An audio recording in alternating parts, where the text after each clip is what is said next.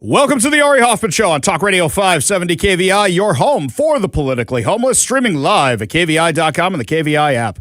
If you want to be part of the most dangerous show on the airwaves, call or text the KVI studio line at 206-421-5757. That's 206-421-5757. Coming up this hour, a detransitioner has to postpone a speech at UW because of safety concerns. But before we get to any of that, time for your daily dose of adrenaline. You want me to stick this into my heart? Are you f***ing nuts? A lot of people think that when a president goes jet-setting around the world, it's just let's shake a few hands, let's kiss a few babies, let's get a couple of trade deals done. I don't think the average person understands how high stakes the meetings President Trump is having with China right now. Why? Well, this affects the Iran war. This affects global trade. This affects energy prices. This affects the economy. And so many people just don't get it. So let's go through this together so I can explain all of this to you. The left is going bonkers crazy since yesterday. Why? Because they claim that President Trump said he doesn't care about the economy. I saw this clip everywhere. It's a 10-second clip. However, it's actually taken from a much longer clip. And as usual, the lamestream media did what it did, clipped the president, and made him sound like he doesn't care about the average American. Because that's what they wanted to do. That was the plan. That's not actually what he said. Here's the full interaction, which is about 35 seconds long. And you tell me if you find anything that he said controversial. Mr. President, when you're negotiating with Iran, Mr. President, to what extent are Americans' financial situations motivating you to make a deal? Not even a little bit. The only thing that matters when I'm talking about Iran, they can't have a nuclear weapon. I don't think about Americans' financial situation. I don't think about anybody. I think about one thing. We cannot let Iran have a nuclear weapon. That's all. That's the only thing that matters. Okay. Now you heard the question. You heard the answer. First of all, they didn't give you the context. You just see a headline. President Trump doesn't care about American finances. No. It was a question about Iran. When he walks into the negotiating room, it has to be, my goal is to make sure you don't have nuclear weapons. My goal is to make sure you don't finance terrorism. My goal is to make sure you can't kill Americans. That's what it has to be. Everything else, not important. That's what it is with that negotiation. So when you walk in there, that's what you want. Can you imagine somebody like Roosevelt negotiating it should be Truman. After World War II, Truman going, well, I need to think about all the men are overseas. Maybe we shouldn't, Roosevelt had to think, maybe we shouldn't take them out of the factories. Maybe we should send them over there. Think about that for a second. Think about that. No, it should be Nazis are evil. We're going to kill the Nazis so they don't take over the world. These are the modern day Nazis. We have to take them out. That's number one. Number two is this is a regime that has killed thousands of Americans. This is a regime that currently right now is doing its absolute best to have bad effects on the economy. I actually think that this ceasefire deal should be ended right now. Should be ended right now. And depending on what happens in China, I think it will be. Because the longer this drags on for, the worse it is for President Trump. You look at the polling right now, and the polling shows that the average American is not in line with the war, thinks the economy isn't doing well, is linking the two together, and is blaming President Trump. And the only reason Republicans still have an advantage over Democrats is because the Democrats are still viewed as crazy. So that's the polling right now. Because the polling, it's really interesting. It says Americans aren't happy with the economy. They're not happy with the war. They're not happy about gas prices. Inflation went up, but they don't like them Democrats, which is fascinating, really fascinating. But also it shows something else. President Trump isn't worried about the polling. He's worried about doing the right things. Stopping Iran from being a terrorist threat to the entire world, especially America, should be priority number one. And you know what? I know not everybody's willing to suck it up and sacrifice a little, and it would be wrong of me to ask you to do that, or for anybody to ask you to do that. But what President Trump is looking at right now is the main concern. And I actually think that what Iran is hoping for, how long can they drag this out? And then if they drag it out long enough, President Trump and Republicans lose the midterms, Democrats sweep in, stop the war, then a Democrat president gets elected in 2028, and they can give money to Iran, and then Iran can rebuild and go back to doing terror. That's the calculation. Personally, for me, I think you should go in there, finish the job now. I think you should have the UAE or Saudi Arabia take Karg Island, take it completely, let them be the boots on the ground, let them be in charge of the oil. In fact, it would be better if it's the UAE, because the UAE wants to start pumping. They broke away from OPEC. They'll pump and they'll pump and they'll pump, and boom, there's gas everywhere. Prices fall. Inflation falls. Everything comes down. But you have a little fly in the ointment, and that's China. There's the modern-day axis of evil, and that's China, Iran, Russia. They all work together. China gets a big portion of its energy from Iran, of its oil from Iran and through the Strait of Hormuz. They are hurting right now. I know a lot of people want to say China is this big monster. Economically, it's not. Its GDP is in the toilet. It's not doing well because turns out, hey, communism don't work that good. They're really good at stealing things. They're really, really good at that. What was it? The Chevy Avalanche, to give you an example. I think it was the Chevy Avalanche. So it's one thing to look at your competitor's vehicle, reverse engineer it and make something better. Okay? China, I want to make sure, I'm not sure if it was the Chevy Avalanche, but I'm pretty sure it was. Stole the Chevy Avalanche because they like it, or they went out and bought one, whatever the case may be, took it to their factories, took the thing apart, copied all the parts, put it back together, and then they had a truck that looked just like the thing that they're still selling today, by the way. And what was crazy about it, the engine parts said GM on them. The engine parts said Chevrolet on them because they just stamped them and stamped them and stamped them until they got busted doing that. And they're like, okay, we got to make them say something else if we're making these molds anyway. That was the first few versions of the car. They steal U.S. intellectual property all the time. They are thieves. They are thieves. Look, Iran did the same thing. They shoot down a drone. They copy all the work that Boeing did. They build their own drones, and then they attack everybody with the drones. Sound familiar? This is what they do. Iran and China are partners. So China is hurting right now. Why is China hurting right now? One, we've stopped illegal immigration. And by stopping illegal immigration, they can't just unload a whole bunch of their citizens on us.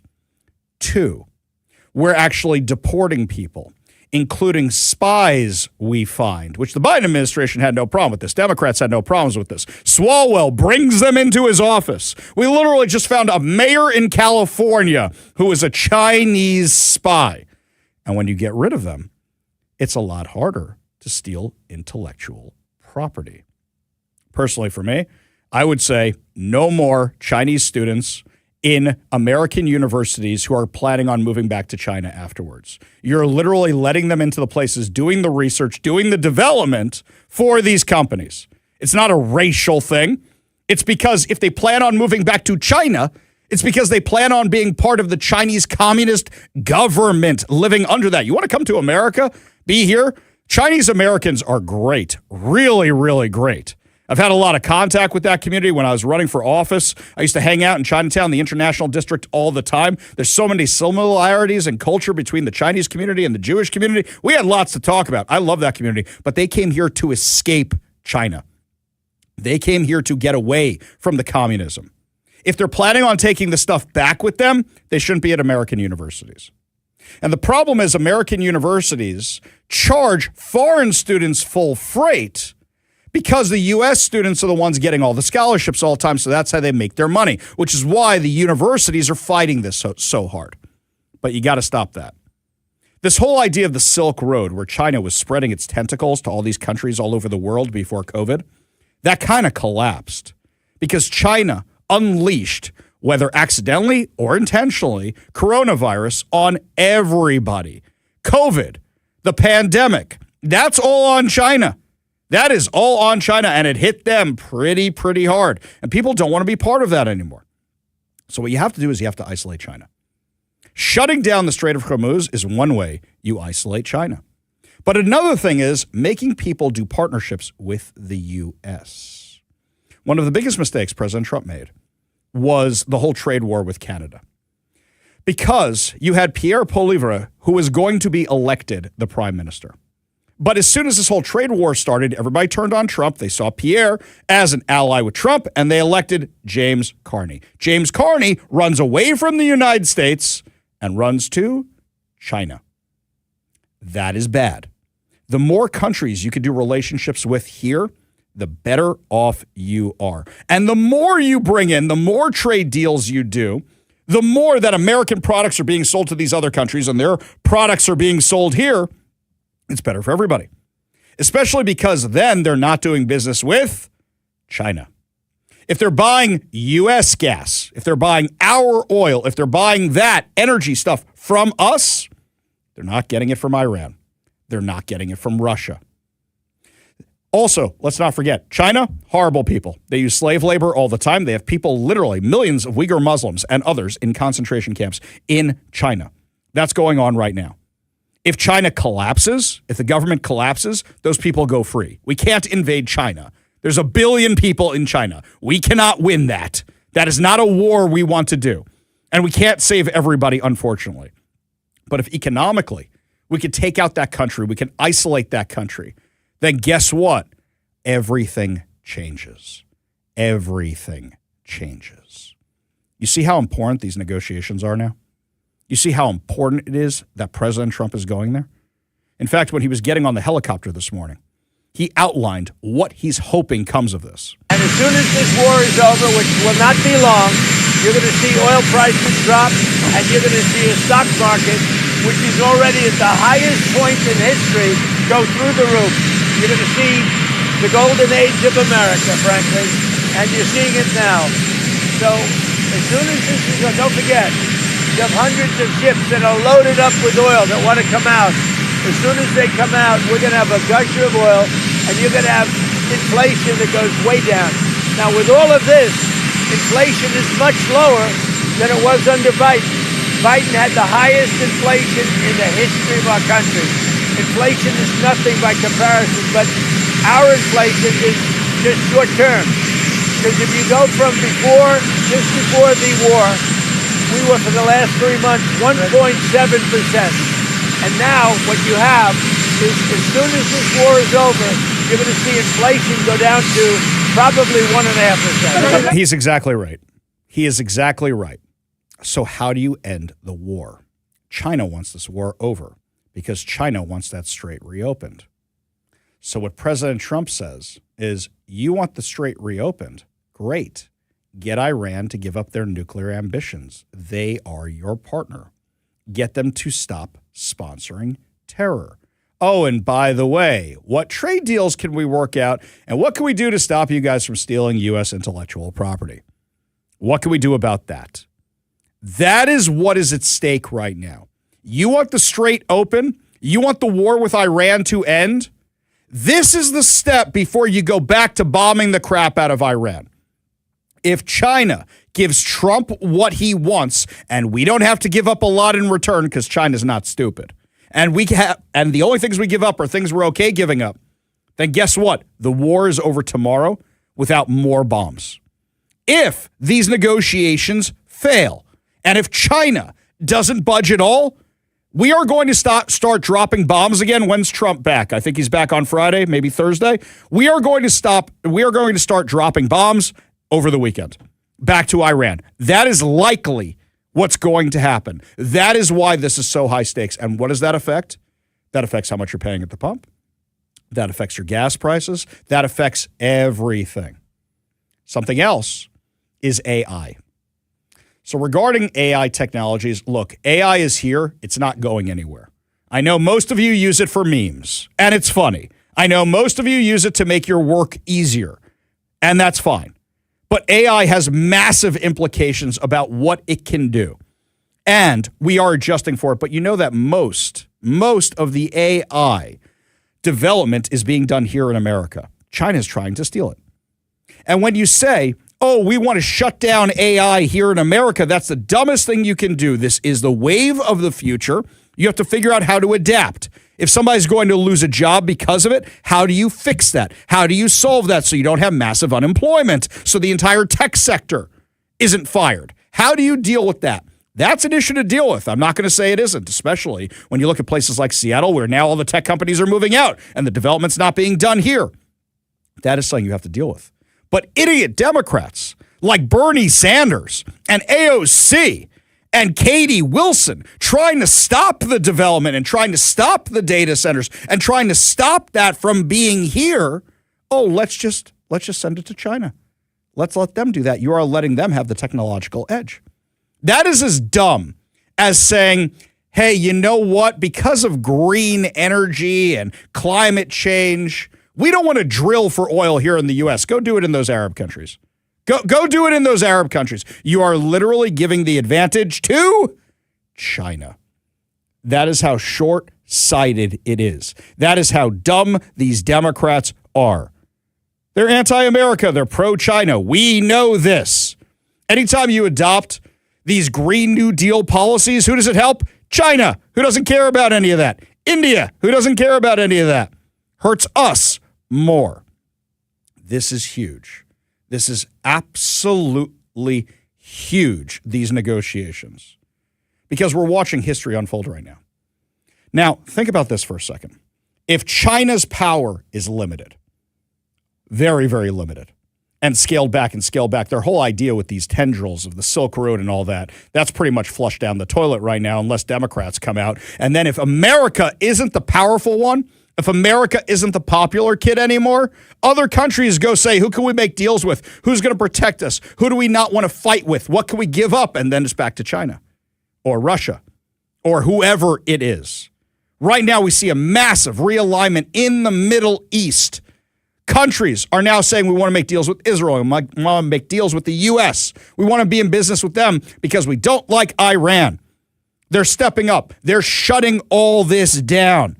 Why did the UAE say we want to pump our own oil? Because they want to make more money, because they want to sell it to the rest of the world. They want to be apart from OPEC. OPEC may completely fall apart because of all this, and that's great. That's the free market doing what the free market does.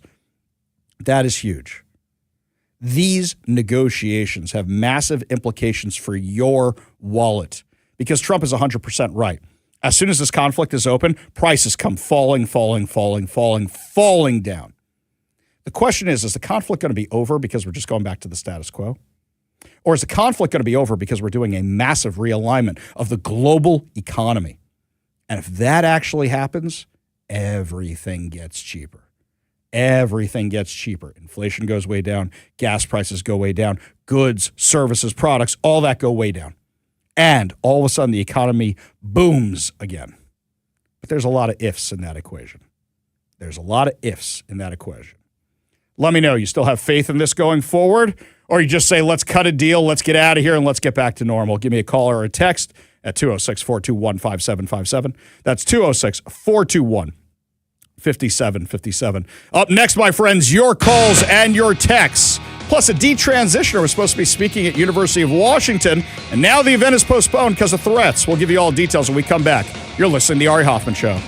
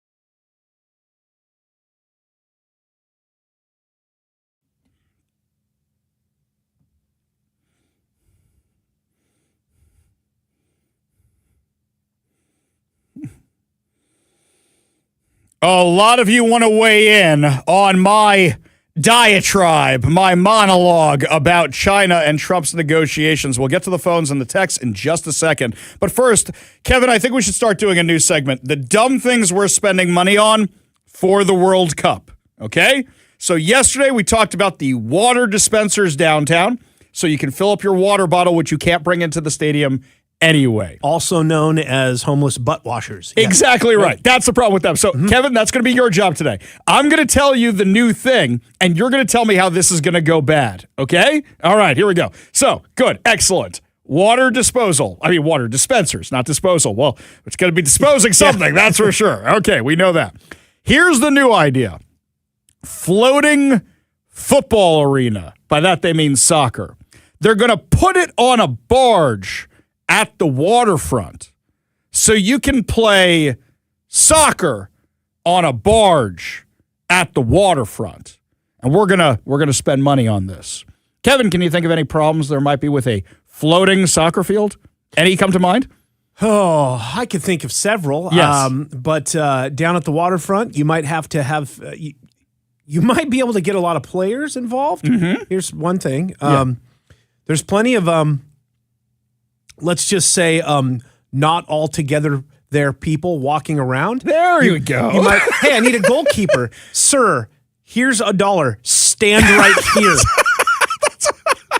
So that's a problem, right? That's okay. The riffraff down at the waterfront, definitely a problem. So you have to get people to want to go to the waterfront. That's an issue, is number one. And then maybe while you're playing the soccer there or the football, you might get a little thirsty. You might have a little Gatorade. Yeah. And then you're like, I need to take a leak somewhere. Where are we going? Where am I going to go do that? Another thing for you, Kevin, you ever play basketball growing up when you were a kid, or stickball, or any of these kind of things?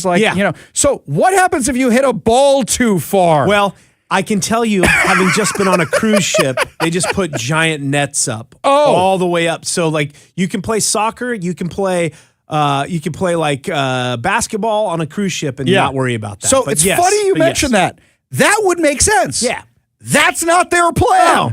They want to use shipping containers as the fence or whatever it is. Now, that's okay in theory, but are they going as high as the nets you're talking about on the cruise ship or whatever it is? Because otherwise, you're going to lose a lot of soccer balls. And now you got a lot of fishies that are eating the whatever that's in the water. You got issues. But also, you got people down near the waterfront. You think people around here are clean?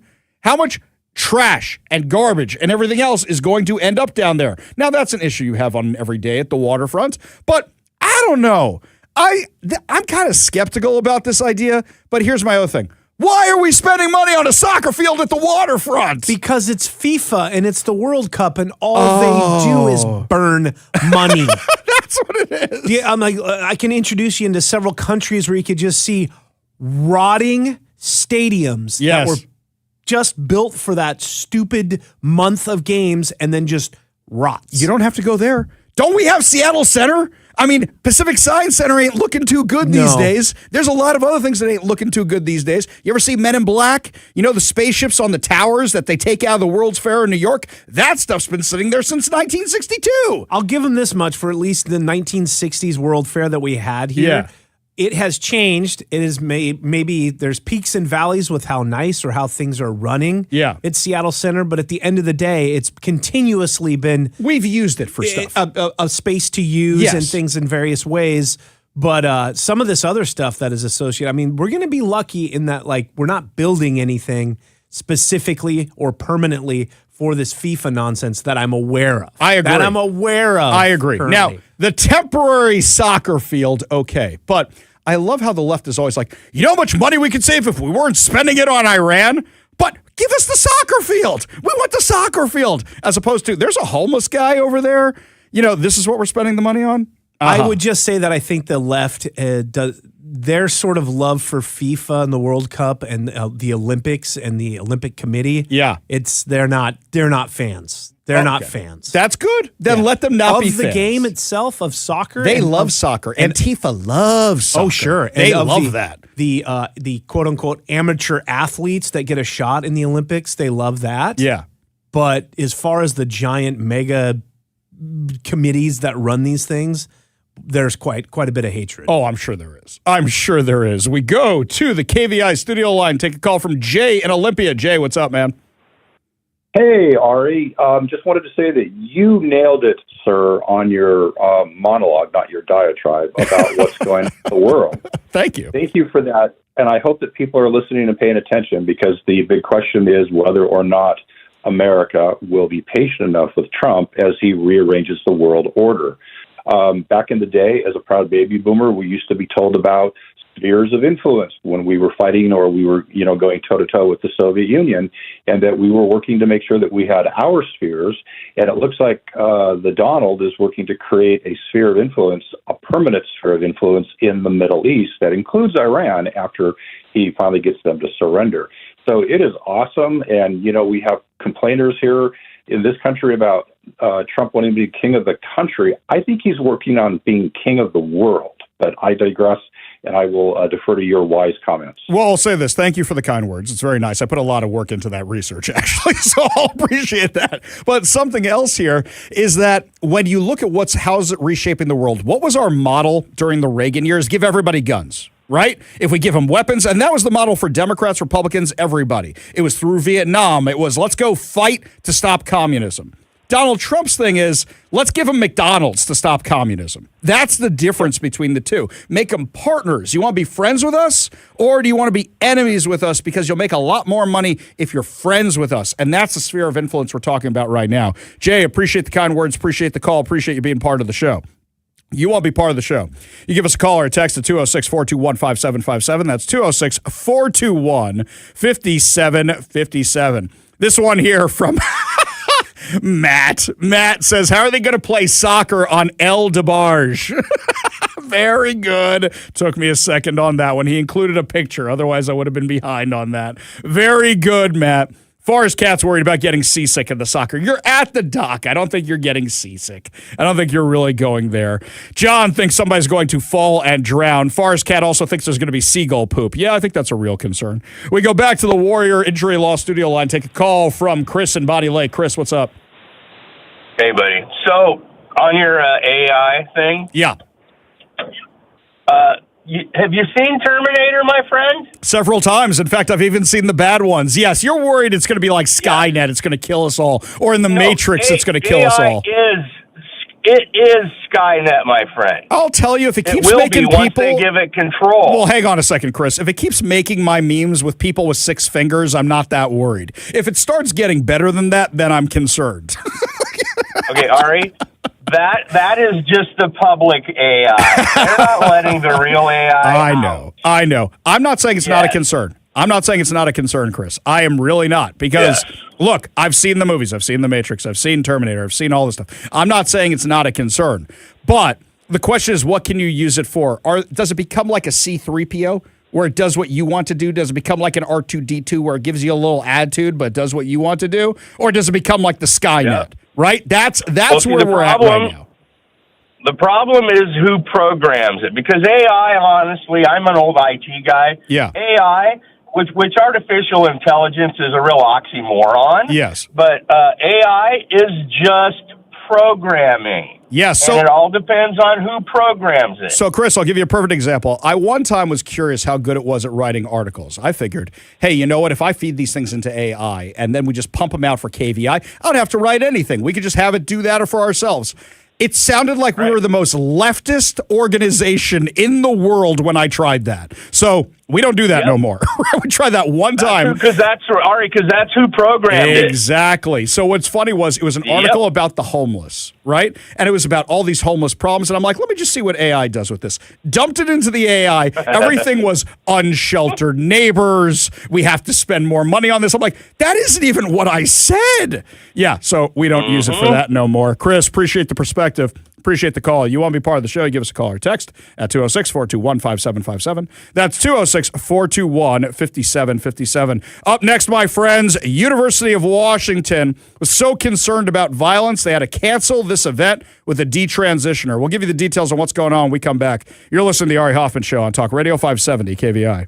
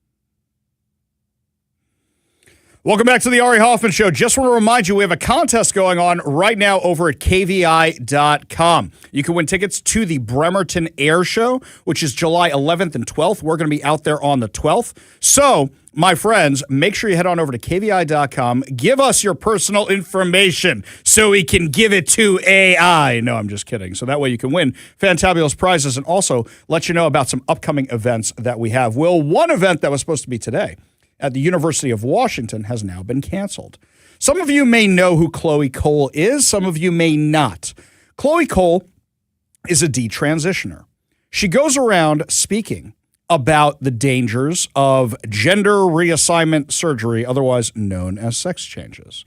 And she cautions about it. So she was coming to University of Washington to do one of those pick up the mic events. As soon as this thing was announced, there were death threats. As soon as this thing announced, what happens? You have the Hamasniks, and everybody on this flyer is an anti-Israel activist group, and they have the Palestinian flag with the trans flag. Yeah, wrap your head around that one for a second. They would throw trans people off the tallest buildings in Gaza if there were any buildings left in Gaza. So every anti-Israel group now says they want to come and stop this event. Now, they weren't able to stop the Nick Freitas event, a Pick Up the Mic event for Turning Point USA a couple weeks ago, but they were able to stop Miss Israel, who came into our studio instead to have the discussion because of security concerns. Now, she was getting these death threats before this week. This event was announced, I think, 2 or 3 weeks ago, and she was already getting the death threats, and the activists were talking about protesting it. I think I posted about this last week on like Wednesday or Thursday or something. What happened on Monday? On Monday, you had a trans student killed at the University of Washington, stabbed to death. Now, we don't have the details about this at all. We still don't know much about the suspect. We know what he looks like, and there are these videos that are circulating on Reddit. I don't normally get my news from Reddit. I usually find that Reddit has a very low success rate in outing actual facts. It's usually just crazy town. But there is this video going around of an individual who matches the description of the suspect. Now that we have the full description, bothering kids on campus, harassing kids on campus. And the kids at UW and others are convinced this is the guy. I haven't seen anything to tell me one way or the other if it is the guy, not the guy. But a lot of people said, how do you let this guy back on campus? If it is the guy, you had warnings plenty of times that he was a danger. If he's not the guy, and you don't deal with a guy like this, how can we expect you to deal with somebody more dangerous like the one who killed this student? Now, the problem is the activists took the fatal stabbing of this trans person and have turned it into Chloe Cole wants everybody to die.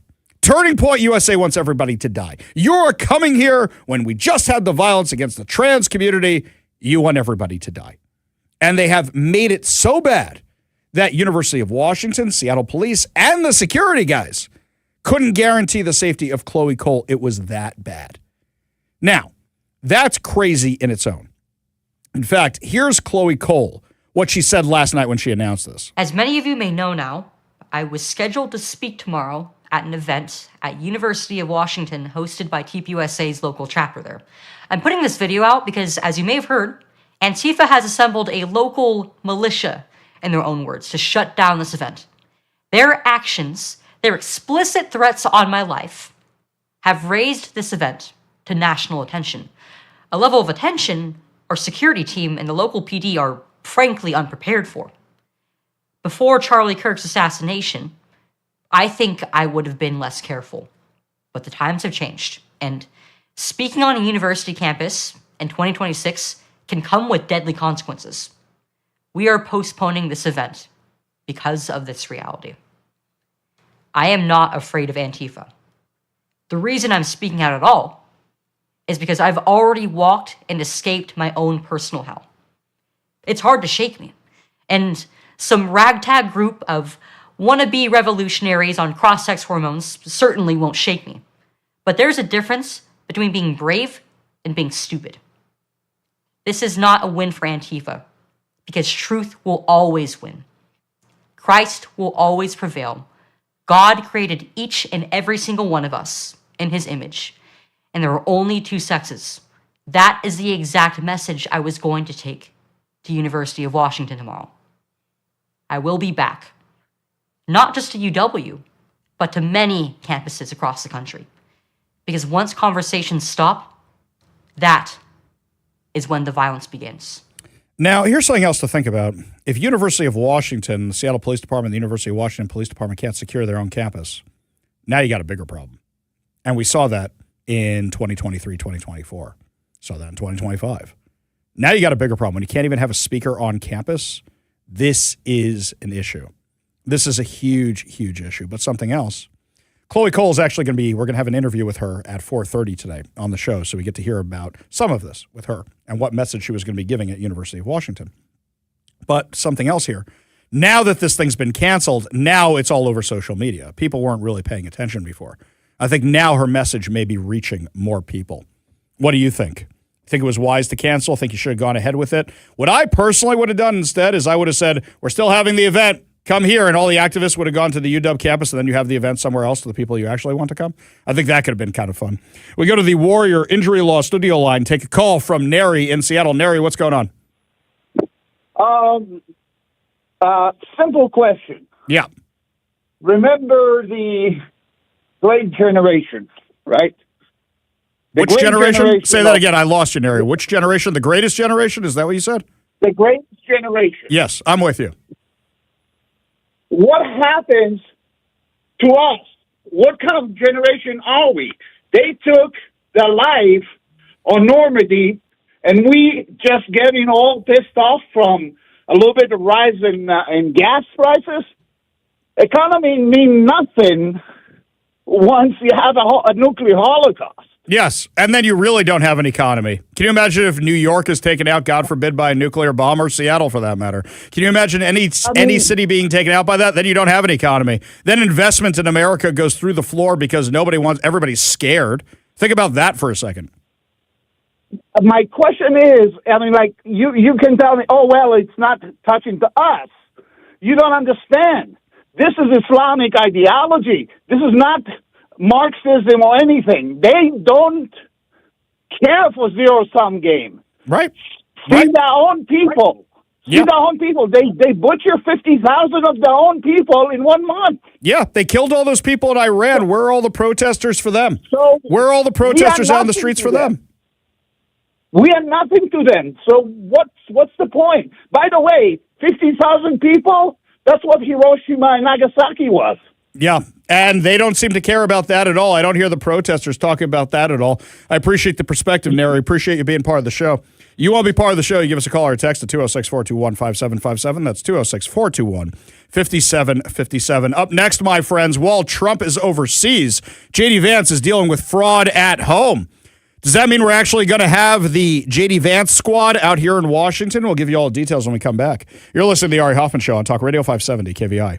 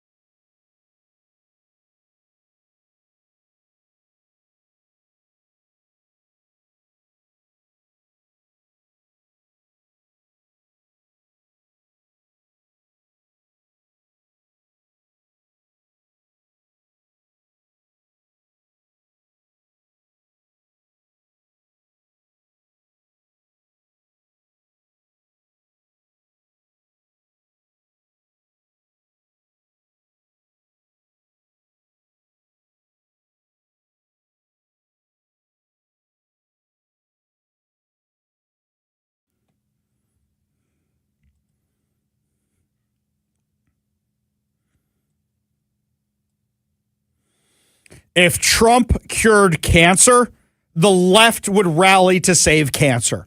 It's insane. You know the reflecting pool, that thing in Washington, D.C., right next to the Washington Monument? You see it in all the movies, Forrest Gump, for example. You've seen that sucker, right? It's in bad shape. Nobody's fixed it for years. They pulled out 40,000 tons of garbage out of the thing. I don't know the last time it actually reflected anything for a while. And yet now that Trump is redoing it for the 250th anniversary, you have the left going bonkers crazy. Why? Because he's fixing the reflecting pool. How dare you? How dare you? Now you have this historic group suing to try and stop it because they're repainting it too. Are you kidding me with this nonsense? Give me a break. I assume it's just the Democrats who find some old dude and go, congratulations, you're a historic society now. You're going to sue on behalf of this thing. You want to know how bad it was? Here's Secretary Burgum giving the details. Well, one thing, it's surprising to me the reflecting pools come up so many different times during this thing, but of course it's been noted by what you've entered into the record. I mean, this thing has been broken and failing. As I said, there 40,000 estimated gallons a day that's coming out of this thing, millions in a year, and it needs to be fixed. And so we took out 2.5 miles worth of rotting a seam material that connects the different components in the base of the pool for where these expansion joints are. And there's been a lot of, I don't call it mocking, maybe it's just misunderstanding about the color. The color, American flag blue, is meant to enhance the reflectivity. It's called the reflecting pool. It's not a look to the bottom and see how deep it is pool. It's a reflecting pool. And anyone that has, from the experts in this industry, know if you want to have a reflecting pool in some kind of fountain or some kind of place around the world, you want to have a dark base on the color. There was a time in history when this color was the same blue as the navy blue as in our American flag, so it's the appropriate color choice. And I think when it's completed, people are going to see that again. 47 million people come to the National Mall every year. It's the most visited site. It's one of the most photographed sites that we have, and the place was a complete mess. Not just leaking, but algae filled, chlorine lines broken, all these things. So that idea that somehow everything that we want, everybody wanted to have a clean, safe, and beautiful Washington, D.C., but if this president makes it a priority and personally says we're going to get it done for our 250th, then the word vanity gets inserted. And something like the ballroom, President Trump's, the thing he'll never even get to use it. It's going to come for every president that comes after us. And this nation deserves to have a secure convening space for heads of state, for Americans, for Congress to come there, as well as having the secure facilities that were beneath it that were, originally built. FDR built some of those in the, FDR did the reconstruction back, pre-World War II. Teddy Roosevelt tore stuff down to build the West Wing. Were those vanity projects? No, they're still helping the nation today. And so, again, I think the characterization of these things are false. And I'm not sure what the end game is. I would think all of us would want to make sure that our capital is the best, most secure, most beautiful capital in the world. Thank you. You'd think. But no, people go bonkers over this. Absolutely crazy over this. Yes. Oh, it's the devil here. Yeah. Yes. The thing that I read was the problem or the issue with it is that it looks like it's going to be a pretty bright blue. And the fear of it is that it could look like a swimming pool with that really blue bottom that you see in places. I saw this, and what's funny is I laughed. And I'll give you a perfect example of this. We were repainting our synagogue here in Seattle, and we stripped it all down, and we put on the base color. And the base color made it look like a barn. It was this red maroonish thing. I got yelled at by so many people. How dare you? How dare you repaint it this color? Our synagogue. I got yelled at and yelled at and yelled at. The light blue is what you put on before the dark blue. Sure, and I hope that's the case, but if it does end up being like a giant swimming pool, which the guy in the White House loves gaudy things and very gold, bright. He didn't put gold on it, man. I know, but it wouldn't surprise me if he did choose something that pops and sticks out so I'll tell you what. that he did it. If there's a giant T in gold on the bottom of it, I'll agree with you. If there are gold railings, so if they put a hot tub in the corner. Yes, national disease. That's how we do it. Lots more to discuss as the show continues, my friends. Up next, why was the New York Times covering a horrific report about what happened on October 7th? We'll give you the details when we come back. You're listening to The Ari Hoffman Show on Talk Radio 570 KVI.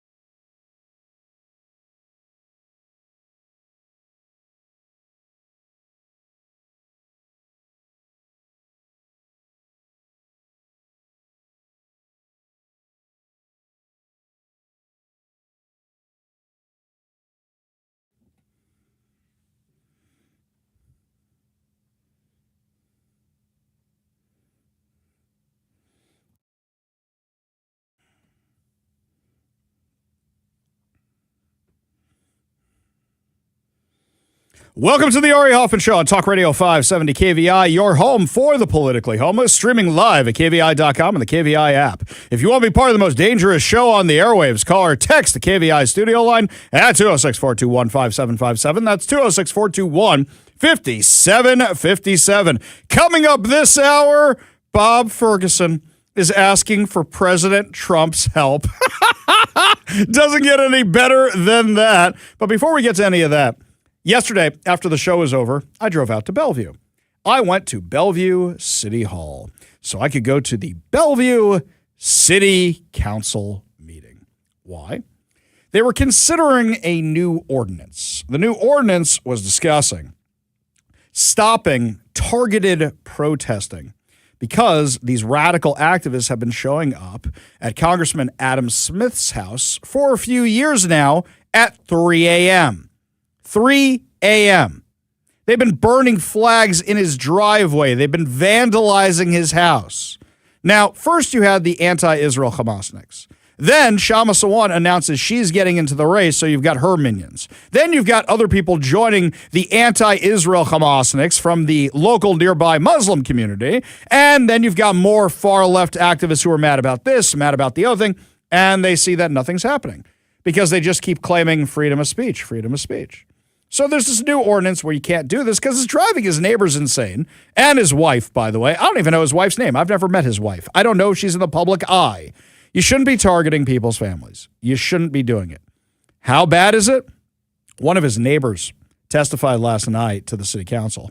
This neighborhood, I have witnessed the mobs that come up to his house. I'm all in favor of political discourse. I belong to Indivisible. I've attended protests myself. In those protests, they always talk about de-escalating, to be respectful to other people. The mobs that come up to Adam Smith's house are anything but. They come with masks, they vandalize his house, they set fire to flags, they intimidate the neighborhood, they wake you up in the middle of the night with bullhorns. I don't think any of that is reasonable political discourse, and it's very intimidating. I've gone up and spoken to these people at one of the events. I was threatened. That's who these people are. He was threatened for saying, hey, it's 3 a.m, can you stop? And they threaten him. This is what this guy's dealing with. This guy's one step away from becoming a Republican. This guy said he goes to Indivisible. That's the No Kings people. He said he's a Democrat, and yet they're threatening him. This is who the new left is, the ones who target the normies, right? These radical activists who think it's okay to go do that. But what was interesting about this was the leftist activists said they want to pack the City Hall chamber. I posted a picture online yesterday. You can find it over at Ari Hoffman Official on Facebook and Instagram, the Hofffather over at Twitter. There was like nobody there yesterday. I mean, a handful of people, maybe 20, maybe something like that.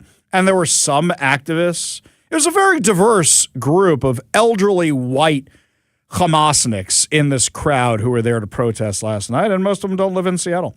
I got to say, the Bellevue City Council, they handled this masterfully. They had a few minutes for public comment, and then they spent 2 or 3 hours on boring minutia. So, for example, talk about water management, sewer management, and they put the controversial thing at the end. It was so boring that by the end, most of them left. And here's something else. The audio didn't translate so well, so I didn't rip it. But there was this one woman.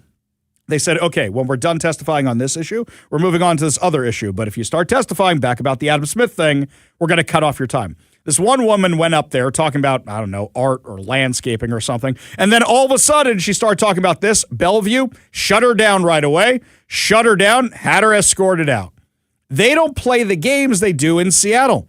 So the activists who came for the fight realized very, very quickly they don't want to get arrested. They don't want to deal with any of that because Bellevue Police Department is actually allowed to do its jobs. And they shut them down. You know who was there last night, Kevin? Bennett the protester was there last night. And I think I saw him walk out and leave a couple times because it was that boring. It was that boring. Yes, banned from the show, but he came to Bellevue. I feel like whenever you bring him up, we should play like, is it one of the McLaughlin? What is it? I will remember you. Should we?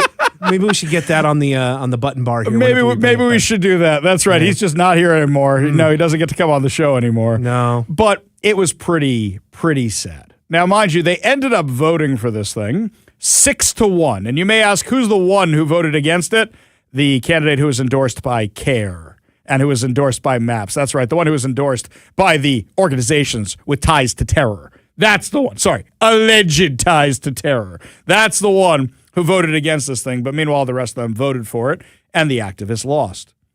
But when I was looking around the room and looking at these elderly white people with their keffiyehs that they ordered on Amazon that they don't even know what they mean, these elderly white folk, I couldn't help but think to myself, you guys are protesting Adam Smith. Now, I don't agree with Adam Smith on a lot of things, but he comes on the show anytime we ask him to. You guys are protesting Adam Smith because you call him a warmonger or whatever else, because he's the head of the House Armed Services Committee. Oh, he's the ranking member of the House Armed Services Committee, which means he controls the purse strings of war stuff and the U.S. military. Where were you guys when Iran was killing 30 to 40 to 50,000 of its own people? Where were you guys for all of that? You didn't say one damn word. Not one. No Jews, no news, I guess. Where were you guys for any other world atrocity? Where are you guys for the Uyghur Muslims in China who are literally in concentration camps as we speak right now? Where are you guys for any of that? And where were you guys for the victims of October 7th? If you have kids with you in the car, if you have kids listening right now, I need you to earmuff it. This next little thing we're going to do right here, this is not for children. This is not for children. So I'm going to give you a minute by playing this next clip, but realize this next thing is not for children, okay? So if you got to get them an iPad, I'm going to give you a little time here. Who was in that room protesting? The Democratic Socialists of America, of course. These are the white people, the aging hippies. Here's what they said. Good evening. Thank you so much. My name is Nadine Kuhn. My last name is H.E., and I'm here representing the Democratic Socialists of America. And this is a statement from the Seattle DSA. The Seattle Democratic Socialists of America and the East Side branch thereof urge the Bellevue City Council to reject Ordinance 6917. This ordinance is a troublesome restriction on the political speech of our members and other citizens who are critical of local, federal politicians and other elected officials. Political speech is especially protected under the First Amendment, and restrictions on it must withstand the highest level of scrutiny. This ordinance plainly fails that test. We also believe that this ordinance reflects poorly upon the council. It could be seen as either doing the bidding of particular politicians, or worse, as a self-interested move that prevents Bellevue residents from expressing their political opinions to members of the City Council if they happen to be in a group of 3 when they encounter the City Council members in their own neighborhoods. Even if that scenario sounds absurd. Yeah, we want to be able to show up at their houses whenever we want. We want to be able to target them in their homes, in their neighborhoods, and how dare you stop us? That's the Democratic Socialists of America. That's what they want to do, the Democratic Socialists of America. How dare you stop us from harassing people in their neighborhoods? Okay, did you earmuff the kids? Did you do that? I didn't hear any of these people speaking out against the atrocities that were committed on October 7th. There's a new report that was released, and I spent the afternoon reading it, which is why, Kevin, I may have had a funny look on my face part of the day today. This is why. So what they did was, it's called Silence No More, Sexual Terror Revealed, the Untold Atrocities of October 7th and Against Hostages in Captivity. They put together all the testimonials, all the evidence, all the footage, everything is condensed into this one report. Everything they have on what happened. And it is horrific. In fact, normally I would say, hey, there's a link over on my social media accounts, which there is. I don't want you to read it. I don't want you to read it. For those of you who have been longtime listeners of the Ari Hoffman Show, you might remember a couple of years ago after I went to see the October 7th footage about how bad it was, that I was clearly shaken by it. Very, very shaken by it. This is worse. And the reason this is worse is, you know how when you're reading a book, the movie never measures up to the book because your mind imagines what it is and that's how you expect it to be. And then when you see it on the big screen, it just doesn't look like that. your mind reads this stuff, knows it's real, and then interprets it. And then what's worse about it is you start wondering, my God, what if those were my family members? The stuff in this report is so graphic, so awful, so horrible, words haven't been invented yet to describe it. And I'll say that after reading this report, which includes things like, quote, the men dragged a woman out of the vehicle, forcibly removed her clothing and raped her. They stabbed her repeatedly and killed her and continued to rape her after she was dead. That's from Roz Cohen, survivor of the Nova Festival. In addition to that, they filmed this stuff. They uploaded it. And when they killed somebody, they took the phones and they looked up mom, dad, grandma, whoever it was, and then they sent them the footage of it. Sent them the footage of it.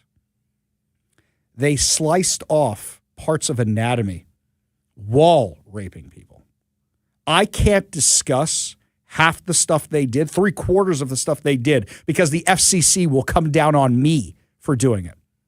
They taught them how to say the following phrases in Hebrew. They taught the terrorists to say, take off your pants, lie down, spread your legs. That's according to the terrorists themselves. Talking about what they did with hammers, axes, screwdrivers, nails, what they did. This is one of the most graphic things I have ever read in my entire life. Ever. It's horrific. Absolutely horrific. So after reading this thing and being clearly shaken up, I thought to myself, wow, the IDF and Netanyahu had a lot of restraint. A lot of restraint. Because if I was the prime minister of Israel, and God forbid this had happened on my watch, I would have said, turn Gaza to glass. A society that raises their children, their brothers, their fathers, their sons, whoever, to do this, does not deserve to remain on this earth. I would have said, turn it to glass. All of it. All of it. Here's something else. Not a single Palestinian helped any of the hostages.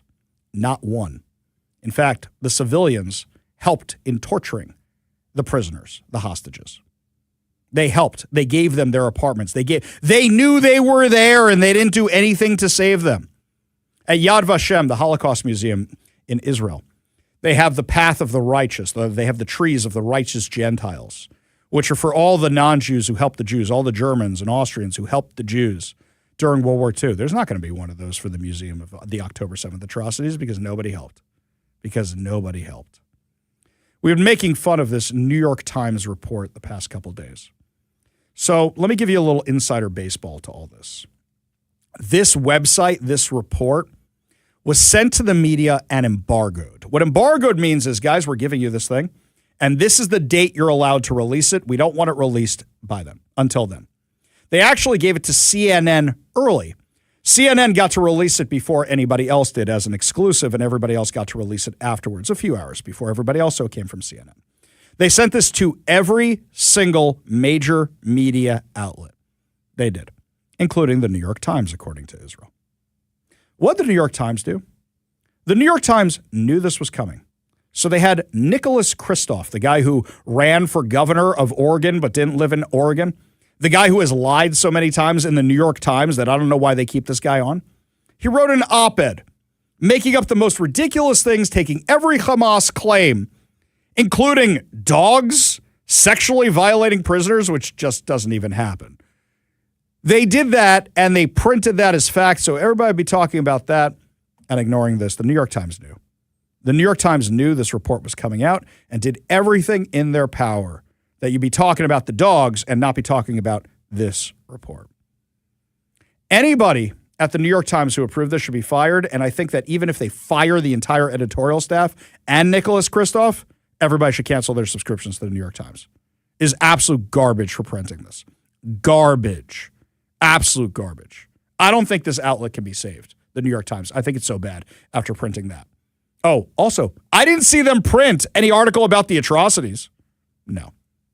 And then I thought back about the merry gang of idiots outside of Adam Smith's house who show up on a nightly basis at 3 a.m. to burn flags in his driveway and vandalize his home.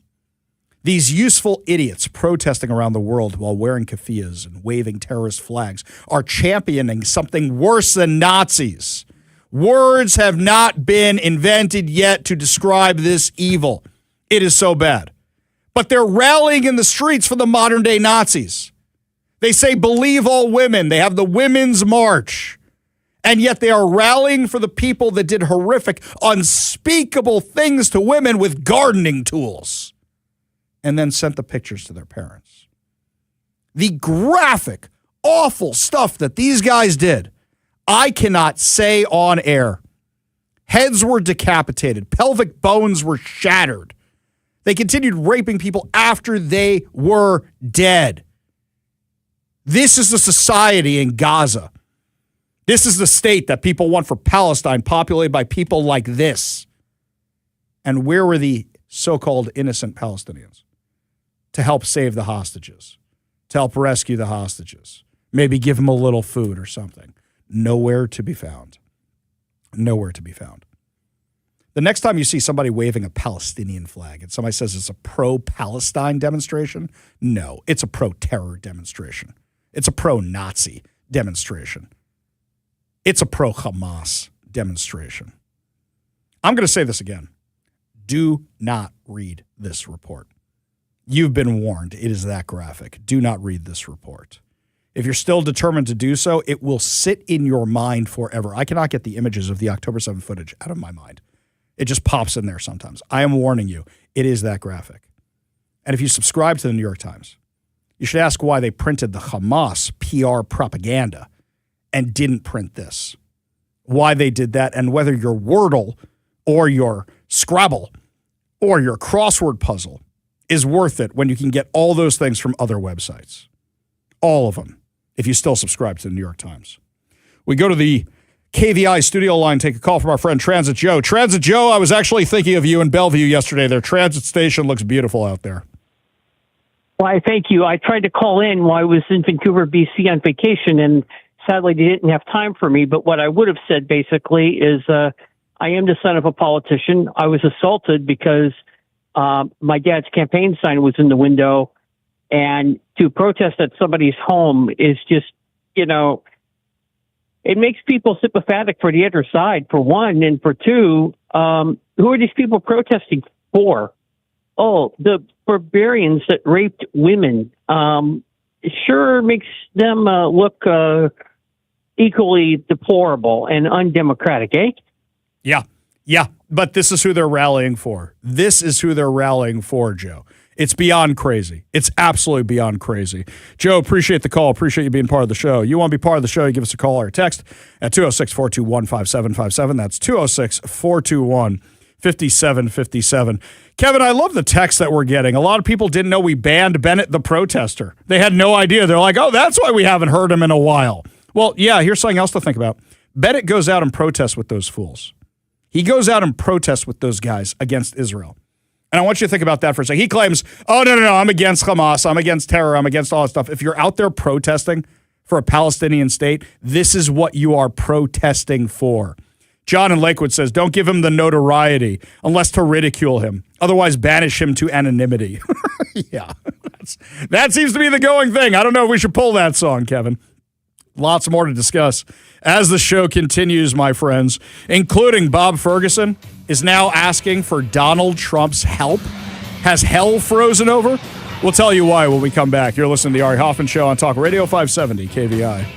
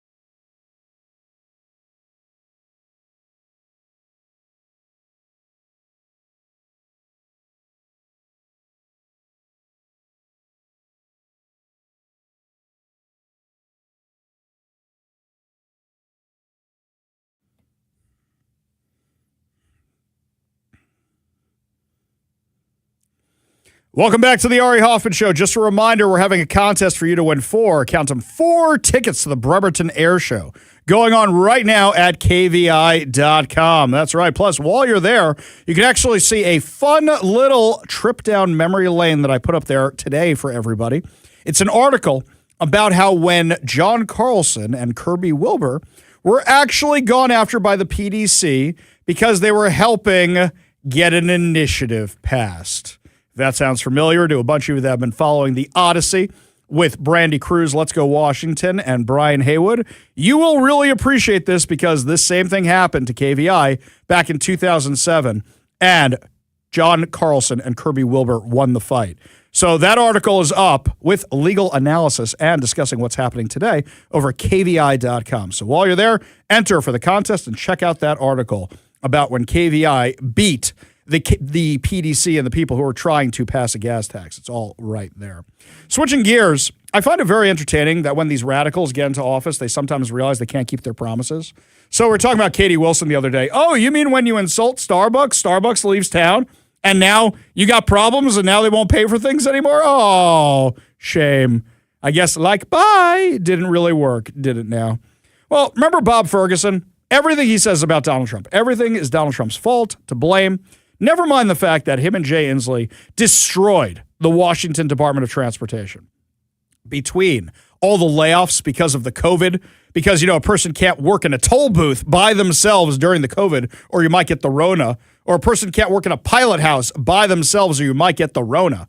They still fired everybody. On top of that, their green insanity. They didn't do anything about the ferry fleet, and then when they finally did, they said, let's go green. Let's get these electric suckers. Sir, we don't have anybody who could build those in the state. Oh, okay, right. Who do we get them from? Let's buy them from Florida or somebody else. Yeah, so our ferry system is a disaster. It's one of the largest in the U.S., if not the world, and yet it's an absolute disaster right now. Well, now Turd Ferguson is asking the federal government, a.k.a. Donald Trump, for help.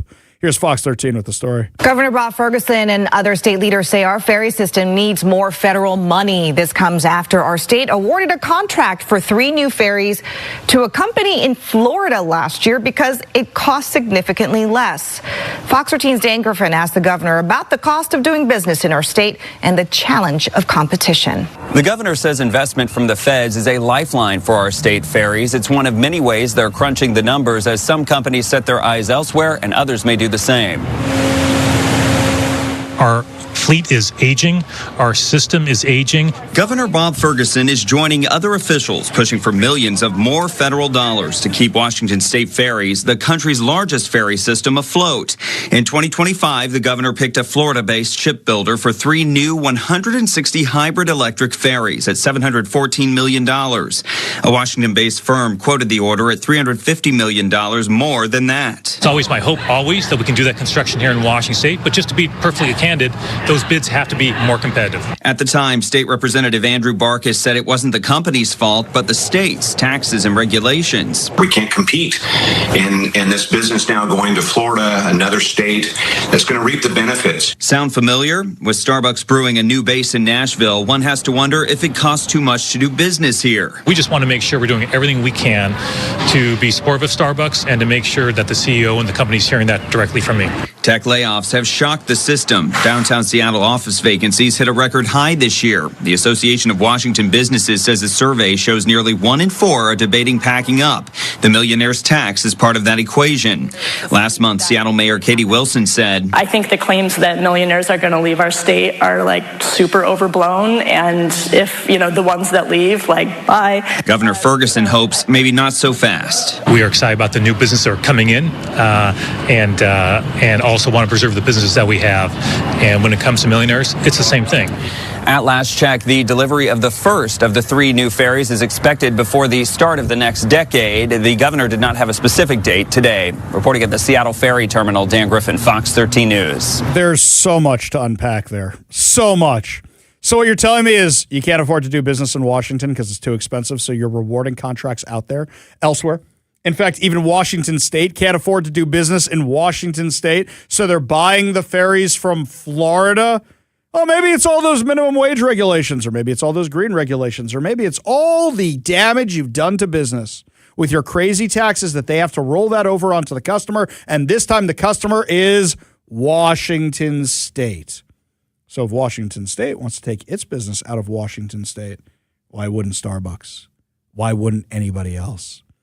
These high labor costs aren't just affecting the ferry system. They affect everything. In fact, you want to know why your groceries are so expensive? Yes, gas prices are high. Yes, part of that is because of the war. But that's not the whole story. In fact, they're high for another reason. Washington apples to Rainier cherries, farmers say Washington's agriculture is crumbling. USDA data shows 2 farms are closing in the state every single day, and that is threatening the future of Washington's fruit basket. KARE 7's Brandon Thompson shows us the dire steps they're taking just to make ends meet and what it means for what you get at the store. As the growing season is underway in central Washington. Washington State is the tree fruit leader in the nation. Blaine Smith checks on his pear orchard that he's worked on since he was a kid. I officially started farming on my own in 2006 after my dad. Across the Wenatchee River Valley, growers that have worked the land for decades. I was born in Mexico and I came here in 1985. When I was 18, 19 years old. Are watching the farms that used to make them money now start to cost them. I have my job is a priority. I have this and beside. Yeah, this is my free time. Yeah, what was it like in 1991 when you first started working on some of these orchards? That was a lot better situation. How so? The money what you make in working into the orchards, that was plenty of money to provide to my family. And today, it's just better not to farm at all. You don't lose money. And a lot of money has been lost. Save Family Farming reports from the latest data available that in 2023, Washington farms made nearly $1.5 billion. The next year, it dropped by more than $1 billion, with farms collectively nearly $300 million in debt. Our overall, in our prices that we were getting paid is the same as it was 30 years ago, but our price getting paid here and our costs are clear up here. So anybody can do that math. Labor is the main driver, according to Smith. Before 2020, all these growers say they would pay migrant workers based on how much they picked during the nonstop harvest season. But in 2022, Washington law changed to mandate overtime for work over 40 hours a week, upending that system. If they can afford it, then we'll be happy to work overtime. But now that they just not making any profit, all the guys are working just 40 hours a week and that's it. And if they want to make more hours, now they got to go get a second or third job somewhere else. Blaine says a bin of pears costs him $250 to produce, but he gets paid $60 for it. A Washington State University study shows for apples, it costs an average of $54 to produce a box across the state, but the market is only paying $40. The farmer gets paid last and takes the risk first. How do you make those ends meet? We don't. We're selling properties. So many growers across Washington are spending more money than what they will get from their crops each year. It means they're going to have to make some tough choices. This field actually used to be more than half of Leo's pear orchard, but instead of sprouting trees, soon it will sprout new houses. That was not very easy because I want to keep going as a grower. I like to be a farmer. Yeah, but now regulations and costs have made it almost impossible to do so. Those are policies implemented by Democrats. Can't blame Donald Trump for that, Bob Ferguson. Farmers can't do business here. Small businesses can't do business here. Big businesses can't do businesses here. And that's why they're all leaving. This is what you get with 40 years of one-party rule. You absolutely destroy the economy. And as if it wasn't bad enough heading into Ferguson's term, Ferguson and the Democrats just came along and curb-stomped our economy. Up next, my friends, Chloe Cole was banned from the University of Washington because they're worried about her event being attacked. We'll talk about all this with her when we come back. You're listening to The Ari Hoffman Show on Talk Radio 570 KVI.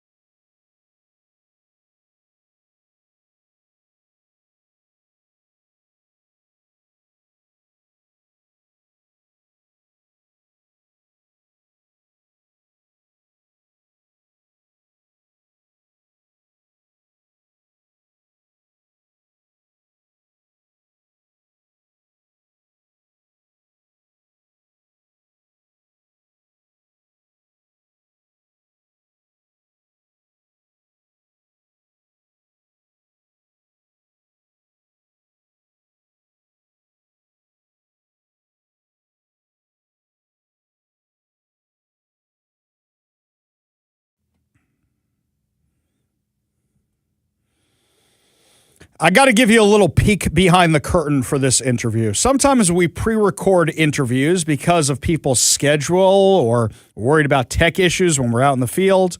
Or sometimes it's just because that's the time a person has and we want to highlight an event that's coming up and we want to make sure it runs the day of the event or before the event. You never know.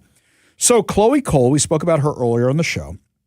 She is a detransitioner who's on the Pick Up the Mic tour for Turning Point USA. Pick Up the Mic is they're sending different people, different personalities out to college campuses to pick up the mic and do what Charlie Kirk does and answer questions.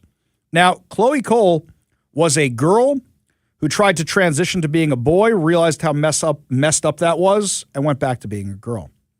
She was going to be going to the University of Washington campus tonight. But the problem is, now it is unsafe for her to do so. Antifa has targeted her. Anti-Israel groups have targeted her. You name it, every activist has targeted her, where now UW Police, Seattle Police, and her own security team said, we cannot guarantee your safety. That's how dangerous it is at the University of Washington. That's how dangerous it is in Seattle. Think about that. You cannot guarantee the safety of a speaker at the University of Washington. That's how bad it is. Now, we did an interview with Chloe yesterday. Yesterday we interviewed her, and we were going to run it today for the event. There was a lot of news yesterday. The whole PDC violation kind of took over the show yesterday. We were going to run it today and say, hey, come out to UW. But now the event has been canceled. It's been postponed, I should say. Chloe Cole will be back, but it's been postponed. And now you may think to yourself, what's the point of running this interview? Because Chloe told me the message she was going to be giving at the University of Washington tonight. So we recorded this yesterday before the event was postponed, but it still has Chloe's message. And I want you to listen very, very carefully, because when she talks about transitioning to a boy and then transitioning back to being a girl, you can hear the emotion in her voice, even through the radio. Give a listen. Thank you so much for having me on the program. Such a pleasure. Did you kind of giggle a little bit when you saw the flyer of the protest against you, which has the Palestinian flag next to the trans flag? Oh, I laughed. It's always so shocking to me how these protesters are so willing, these like gay and transgender and like otherwise like queer lifestyle protesters, they're so willing to ally with the country that literally wants people like them dead and their lifestyle, not just the American lifestyle, but their way of life to be eradicated from the earth. Yeah, I find it completely entertaining and crazy at the same time that it looks like every group on this flyer that's coming out to protest you is a pro-Hamas organization. I don't see any of the pro-trans LGBTQIA organizations on this flyer, just the pro-Hamas ones. Well, it's such a weird phenomenon to see. It's like they're completely blind to the cultural difference that's there, and how, I mean, we're in one of the freest countries in the entire world, and yet they make all these claims that we are this fascist country that is removing the rights of gay people and transgender people, and that speakers like me are literally infringing upon their human rights just by talking about another side of this issue as somebody who's lived through it. But it has absolutely, I mean, it really doesn't seem to have anything to do with what I'm actually speaking about. No, of course not. So let's talk about what you're speaking about. So you're a detransition activist. What does that actually mean for our audience who may not know? Yeah, so I have actually been through a so-called gender transition during my childhood. Between the ages of 12 to 16, I went through a social and medical process of first going on puberty-blocking drugs to stop my puberty in its tracks, and then high doses of male hormones to make me appear to change from a young woman into a young man. And at 15 years old, before I could even legally drive a car, I had a double mastectomy surgery to get rid of my breasts. It wasn't until after I had that surgery that I realized none of this is actually helping me. This life that I've been promised is a complete scam. And maybe one day I might want to have children of my own. It's very possible that I could have been sterilized and not able to get pregnant, or obviously after having my breast removed, I'm never going to be able to breastfeed my future children. And I didn't know until then, until I got just a little bit older, how important those things would be to me. And after I detransitioned, I realized there has been real medical harm that's been caused not just to me, but to an entire generation of children who are in my situation, who in decades before would have just been called creative boys or kids who have autism or tomboyish girls. And what is happening right now to my generation is a crime, and somebody needs to speak up against it. So I've been dedicating the last 4 years of my life to doing exactly that. We're talking with Chloe Cole, and she's a detransition activist. Now, Chloe, when we've had other people on the show who went through what you went through, usually there was like a straw that broke the camel's back, that then they opened their eyes to everything else, and the whole belief structure kind of fell apart. Was it that way for you as well? Absolutely. And it's not like it was really just a single moment that broke the illusion of my transition. I mean, I thought for years that I was happy, that I was genuinely supposed to be a young man, and that I would be happy in that role. But I started to realize over time that there were certain things about being a man, just socially, there were so many responsibilities and the sort of loneliness that I think is almost a universal experience amongst most young men my age, actually. And the grass really was not greener on the other side. But what really broke me was having surgery, getting rid of my breast. And I mean, being at such a tender young age, it made it especially difficult to deal with the surgery and the post-op process, and the loneliness of that. But it was just maturing a little bit and thinking about what I really wanted in the future that made me learn this is not going to help me achieve that. This is not going to be conducive to my adult life in any way. And there are real quantifiable things that I have lost, including my own childhood innocence, because adults convinced me that I was born in the wrong body, and the only way to fix my temporary feelings was by going down a permanent path of experimental medicine. In the last few minutes, we have with Chloe Cole, who's a detransition activist who's speaking at the University of Washington. So you have a very powerful message. You have a very sincere message, and I can hear it in your voice when you talk about it, as I'm sure my audience can. So why do these activists not like you? I mean, I would think that I want to go debate people who disagree with me, and instead they're threatening you with violence for even coming to the University of Washington. Well, the very existence of detransitioners, I think, highlights an insecurity in the ideology that claims that sex and gender are two separate things, that they exist on a spectrum, and that gender identity, even though it's fluid, it somehow is also fixed, and you can't change somebody being transgender. The detransitioners only highlight the importance of biological sex and also just how destructive and really fabricated this entire ideology is. And so that when they see somebody like me come back out of it, who has a powerful message like this that tears all of it down, they literally want us dead. Yeah, that's horrifying. That's absolutely horrifying. It's people who can't deal with the fact that somebody might disagree with them, so they have to eliminate it. I'll take everybody back to when they were ripping down the hostage flyers that were all over the place. They just didn't even want to see something that might disprove their ideology. Chloe Cole, you're very, very brave. Appreciate you coming out to the University of Washington. Really appreciate you joining us today as well. Yes, thank you for having me. Now, that last line that she said, given the fact that now the event has had to be postponed because she said they wanted her dead, they wanted her dead. They didn't even want to have a conversation with her because it destroys their entire worldview. She's with Turning Point USA. When somebody says they want you dead, the images we all saw of Charlie Kirk's assassination flash into mind. She wasn't safe coming to University of Washington in Seattle, Washington, in the most progressive city, in the most progressive county, in the most progressive state in the world. How crazy is that? How insane is that? And if we can't guarantee her safety, who else's safety can we not guarantee? Up next, lots more to discuss as the show continues. Will Katie Wilson copy Mom Donnie's budget? More of your calls, more of your texts. You're listening to The Ari Hoffman Show on Talk Radio 570 KVI.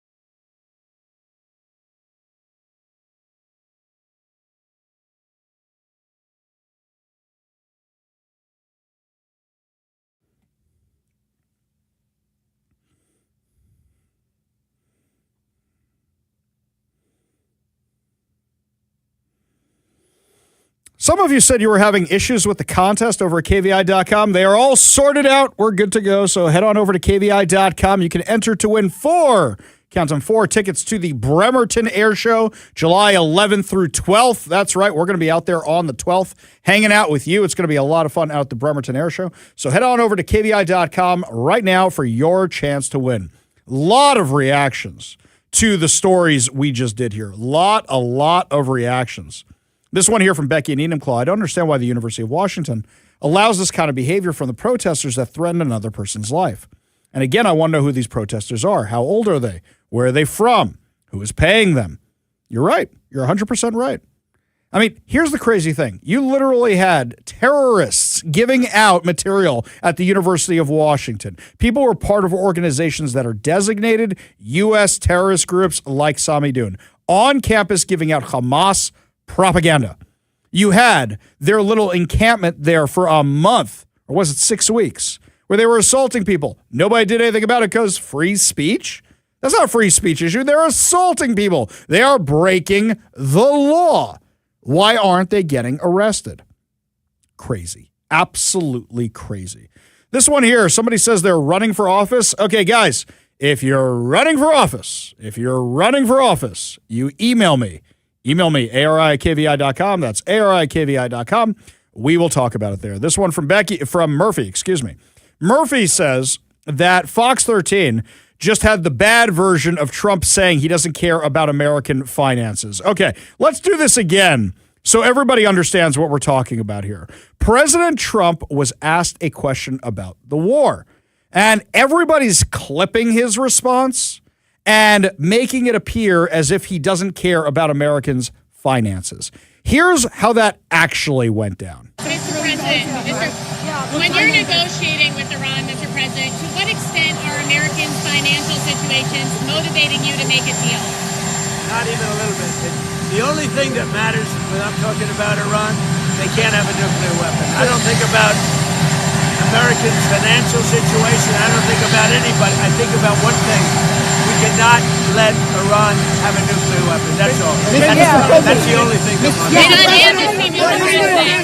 matters. He's right. That's political courage, which is we want them not to have a nuke. We don't want to die in a mushroom cloud. We don't want to be incinerated. So we want to make sure they don't have a nuke. Everything else is secondary. We'll fix everything else afterwards. You could go back to the beginning of the show where I did my whole analysis of the New World Order in a good way that could be taking place right now, the reorganization of the world economy right now. But everybody's clipping it as if he just doesn't care. They don't show you what the reporter asked. They don't show you it was about the war. They don't show you any of that.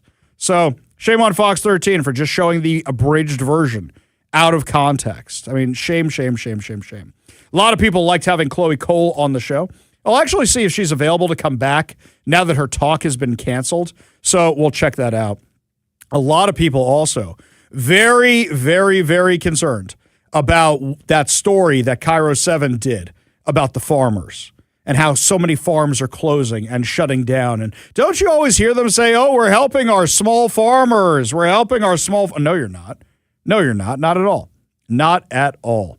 This one here from the 360. Turd Ferguson has so many rules and regulations in the state. So what did he do? He buys ferries made in Florida, where it's cheaper than his own state because of his own policies. Exactly right.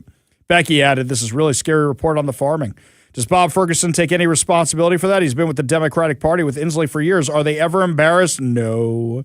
What do they do, Becky? You know the answer. They just blame Trump.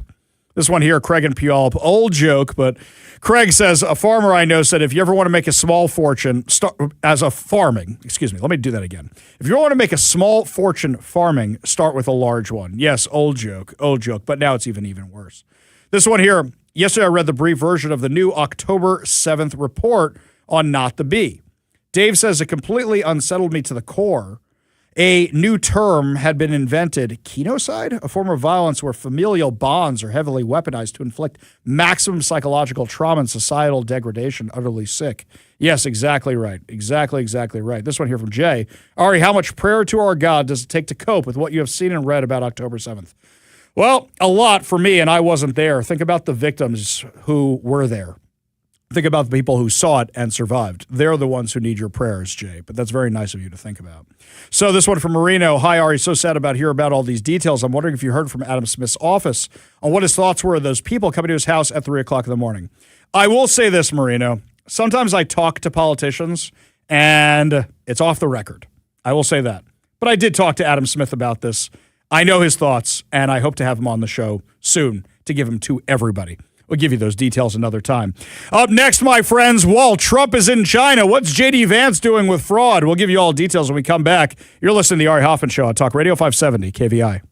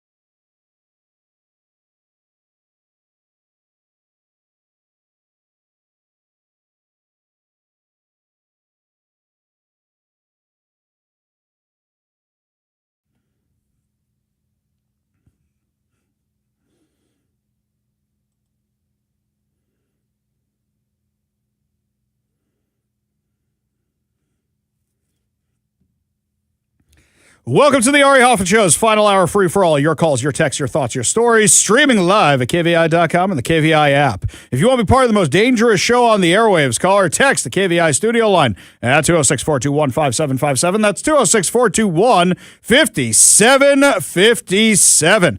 Coming up this hour, Planet Fitness is canceling membership for a woman who didn't like a dude being in the locker room with her. Give you all details on that, but before we get to any of that, got a couple thoughts here from people over on the text line about Chloe Cole, who we interviewed in the last segment. Chloe Cole is the girl who's a detransitioner who was supposed to be speaking at the University of Washington, and now, because of the amount of threats she got, she had to cancel her event tonight. This one here from L. Darthbo. Ari, Chloe is a very brave young lady. She has my total respect. Those at UW who have said they want her dead are absolutely disgusting lowlifes. More scum of the earth, says L. Darthbo. This one here, Craig and Puyallup isn't surprised about Fox 13 playing the abridged clip of President Trump. He says Fox 13 is the same news station that edited out the siren that was on the Seattle police car that struck the pedestrian a couple of years ago. Online and other stations played the audio with the siren audible. Craig, I'm not disagreeing with you, but I don't remember them editing that out. Now I have to go look that up in between. We will definitely have to go check that one out. Switching gears, so President Trump is over in China right now, and he has a lot of negotiating to do because China is part of the axis of evil. You have China, Iran, Russia, all working together. You had some pretty other bad countries, and some of them have come around to the good side, and some of them are just staying neutral right now. But because China works with Iran, because Russia works with Iran, who are two countries that are being hurt by the war right now, Russia and China. China gets a lot of its energy out of Iran. So President Trump has to work that out. And if you can make gas prices cheaper, if you can reorder the gas so you don't have to worry about the Strait of Hormuz and OPEC or any of that anymore, then guess what? It's going to be cheaper for everybody. These are high-stakes negotiations because if they fail, China right now, here's the only card China has. Here's what China has. They hold a lot of U.S. debt, and we're really stupid. National debt is a national security issue because if they flood the market with our bonds, then guess what? We are going to have a problem because our entire economy will be worth less. Our dollar will be worth less. Our bonds will be worth less. That's bad news. That is an issue. But they want the strait reopened, and right now we're the ones stopping it and stopping their oil from coming out. So they have a problem. They have something we want. Also, we want them to stop stealing IP. There's a lot of things going on right here. But if Trump can successfully get China to tell Iran, give up your nuclear weapons, agree to what the U.S. wants, re-enter the world as a normal country, then guess what? The war is over. The war is over. If not, we'll probably be bombing Iran by the weekend. Most likely, we probably will be. Now, mind you, even if gas gets cheaper, even if the economy soars, something that's still outstanding is how much money the U.S. government spends. We spend too much money. So while you have to do all these things to make things cheaper, one of the best things you can do to make things cheaper is stop the spending that we do where we just print money for it. And that means going after the fraud. So J.D. Vance, while the president is out of the country, J.D. Vance made some announcements with the fraud task force. Here's what he said. We're announcing that the federal government is deferring $1.3 billion in Medicaid reimbursements from the state of California.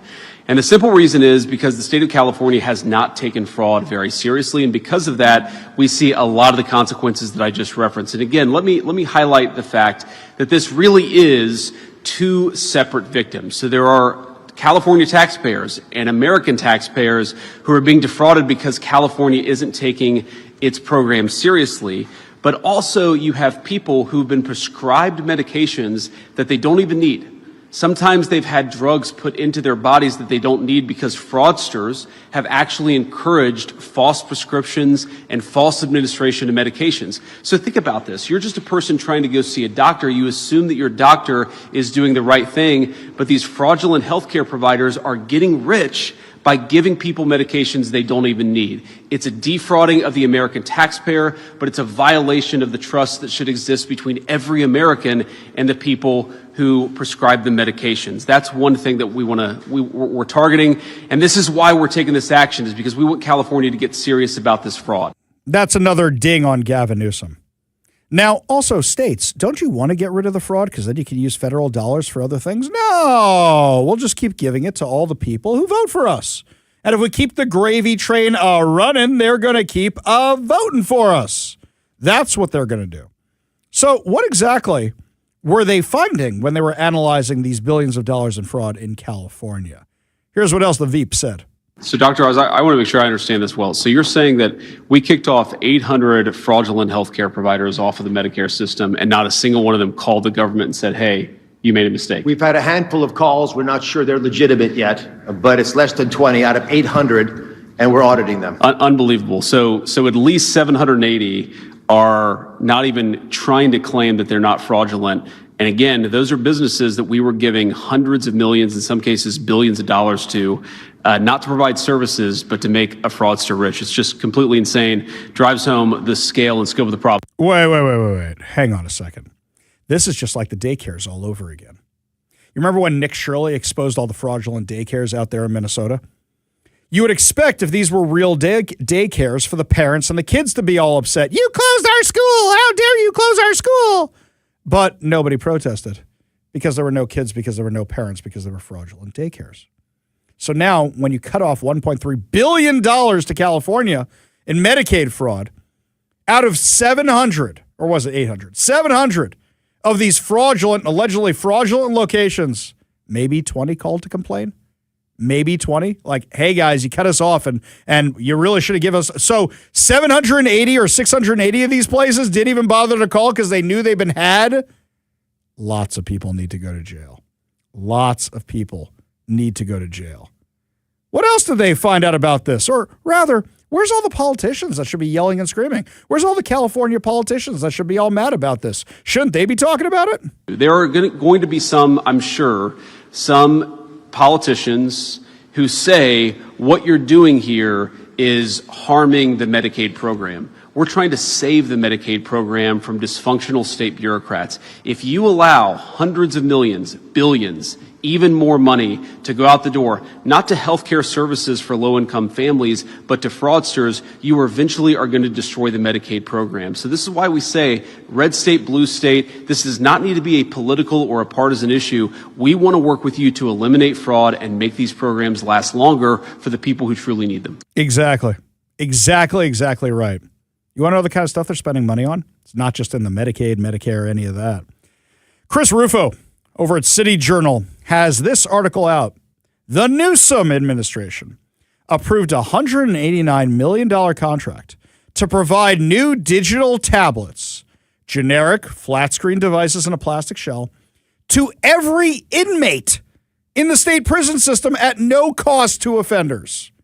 The administration heralded the effort to replace inmates' old tablets, which were piloted in 2018 and given to nearly all prisoners by 2023, as a step towards digital equity for justice-impacted individuals who could, in theory, use the devices to contact their families, consume educational content, and learn new technology. Surprise, surprise. Guess what? That's not what they used it for. What do you think a bunch of guys sitting in prison use their tablets for? What do you think? Do you need to guess what they used it for? You know what they used it for. City Journal contacted dozens of death row inmates who told them that the prisoners use the state system to watch pornography and have explicit sexual conversations with family members. I guess we're not doing conjugal visits anymore. This is just easier, right? Some prisoners, according to former high-ranking California correction officials, use their tablets to groom minors, so creating all new kinds of offenses while you're in prison.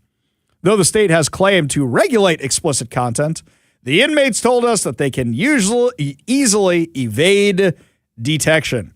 When reached for comment, the California Department of Corrections and Rehabilitation said the tablets were a tightly controlled education. Oh, you're getting education, all right. Sex education that provided inmates with access to the Bible. I'm sure it is. I'm sure. It provides access to education and reentry resources. That's what you're calling it. Oh, sorry. Okay, sorry. Kevin's shaking his head at me.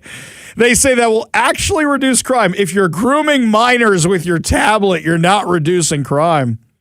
Inmates said the devices have become personal sex machines In the words of one inmate, California's death row is populated with, I can't read that. I'm not reading that on air. I am not reading that on air. In fact, I'm not reading the rest of this article. It's so graphic about what's going on, but that's what your tax dollars are going towards in California. Maybe we should look into the fraud a little bit, just a smidgen, just a little bit, and ask why you have tablets for the inmates. Something wrong with the prison library? Prison's not supposed to be fun. Prison's not supposed to be nice. It's supposed to be that you don't want to do it again. And maybe you learn a trade in there. Well, I don't want to know what they're learning from the tablets in there. We go to the Warrior Injury Law studio line, take a call from our good friend Alma. Alma, what's going on?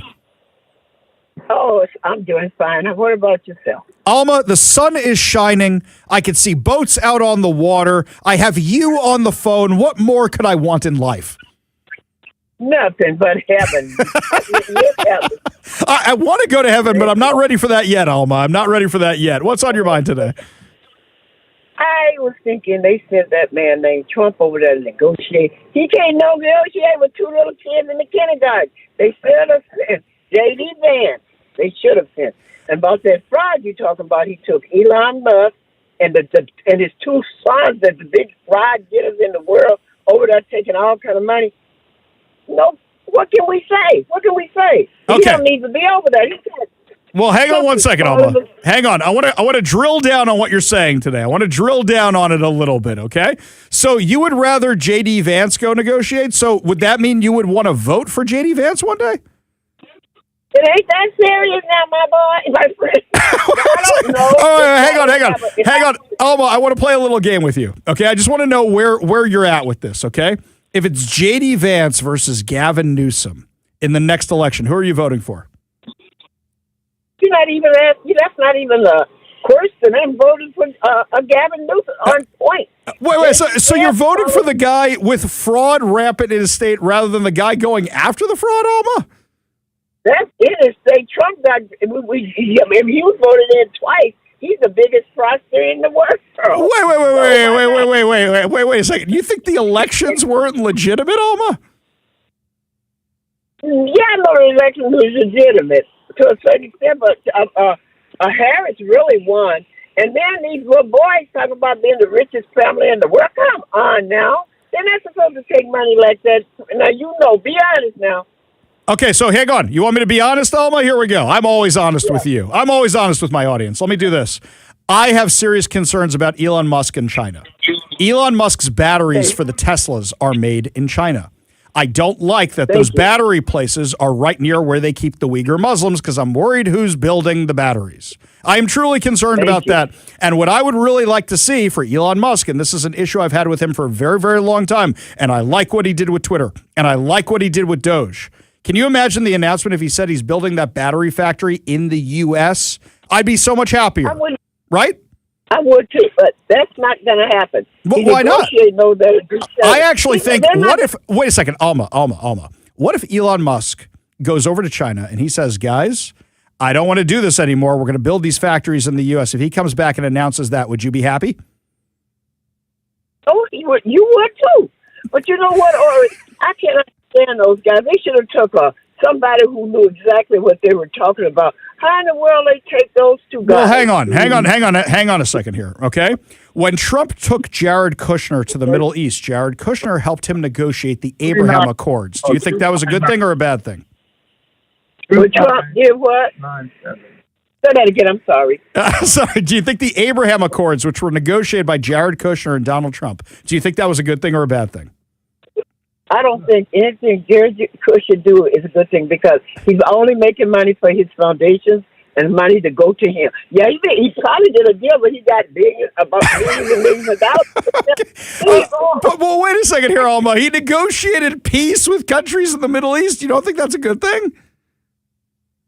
Whatever they do, this family in the White House, this regime in the White House, is all for themselves. They'll do a little bit. What did Trump say about the American people? He ain't worried about the nuclear bomb. He ain't worried about no economy and all that. Come on. No, Alma, we did that on the show. We played the whole clip for you. You know what I worry about, Alma? I worry about you and your family and that individual I hear speaking in the back every time you call. I worry about you guys. Are you doing okay today?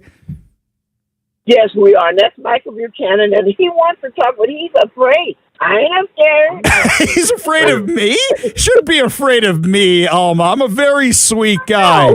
I wish you guys only health every time you call, all right? Let me talk. Thank you. All right. Okay. You guys have a wonderful day. Enjoy the weather. Appreciate the call. Appreciate you being part of the show. You want to be part of the show, you give us a call or a text at 206-421-5757. That's 206-421-5757. Well, while all this fraud is being investigated in Los Angeles and in California, somebody really needs to do this to New York. So you have these New York schools which are failing, which kids are leaving in record numbers, and yet they keep funding them at the exact same level. A new report by the New York City School Construction Authority projects that city schools will lose 153,000 students over the next 10 years. Now, why are they projecting this out? Because they need to know if they're building more schools or repairing more schools or upgrading more schools or getting rid of more schools. And they say they're projected to lose 153,000 students.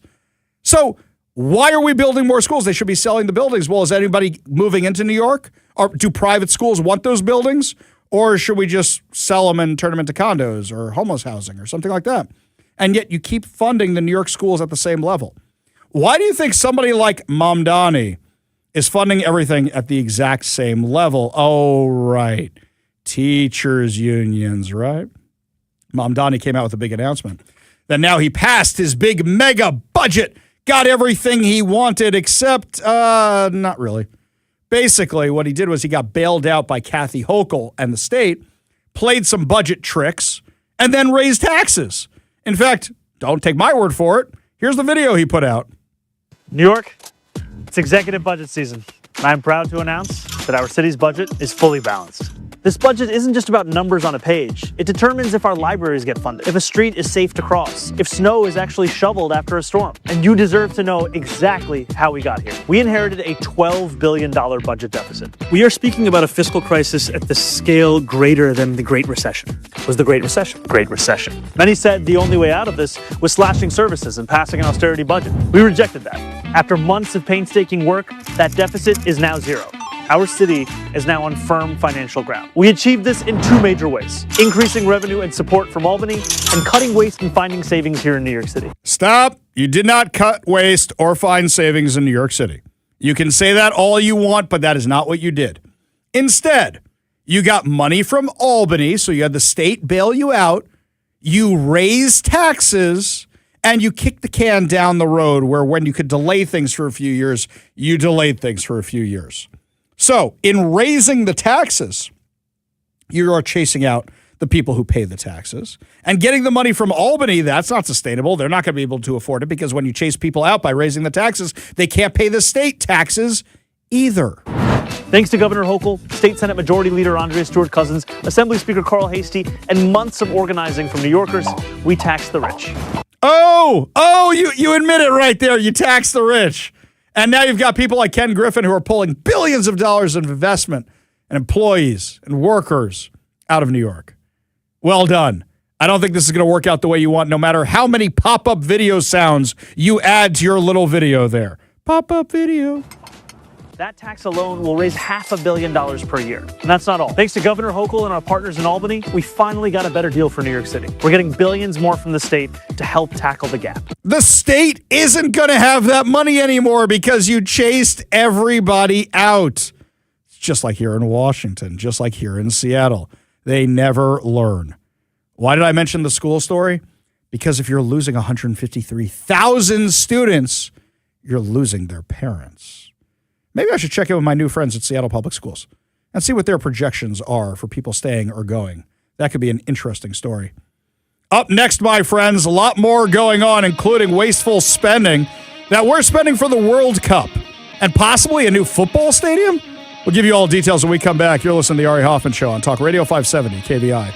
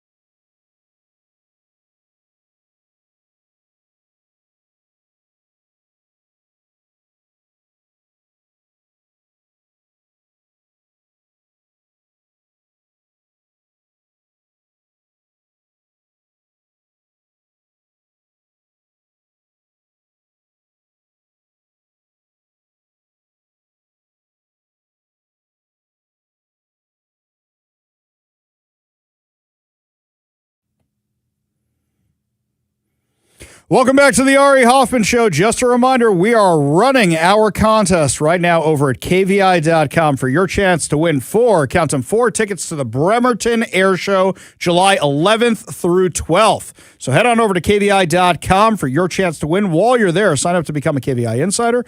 And also, you can check out some new articles we just put up that are there for you before we even do them on the show tomorrow. So check them out. That's how you can see tomorrow's news today. Well, my friends, I saw this and I almost had a heart attack. And this is something I have issues with. I love sports. I love baseball. I can't believe my Knicks are doing well, who I haven't followed in 20 years. I seriously have no idea who's even on the team. I just hear they're in the semifinals, the finals. See, I don't even know. And I'm like, holy cow, the Knicks are doing well? Like, really well? I was shocked by this. That's how long it's been since I followed the Knicks. Well, it's the Ari Hoffman way to wait for them to become winners once again and then be like, oh, let me jump on that bandwagon that's going by right now. Do you see any Knicks paraphernalia in this? I don't have any. I'm not even buying any, okay? Give it time. Not going to do that. Not going to do it. Your allegiance to New York has no bounds. What do you mean? I hung up the Seahawks stuff. I like that kind of stuff. I do the Seahawks thing. I don't do Jets or Jets. Jets. That's right. I like sports. I like going to Seahawks games.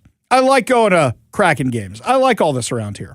But I saw this, and it was a report in ESPN from Seth Wickersham.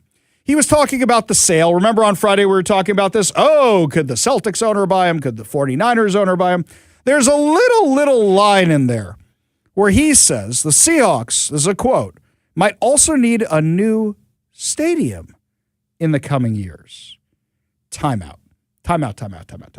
Is something wrong with Lumen Field? It's not like the Kingdome where the ceiling was falling down on people. There's nothing wrong with Lumen Field. What is this? A stadium's 20 years old and now you got to get a new one? I mean, seriously, how old is when they build Lumen Field? 2002? 2003? Something like that? It had just been built when I moved here.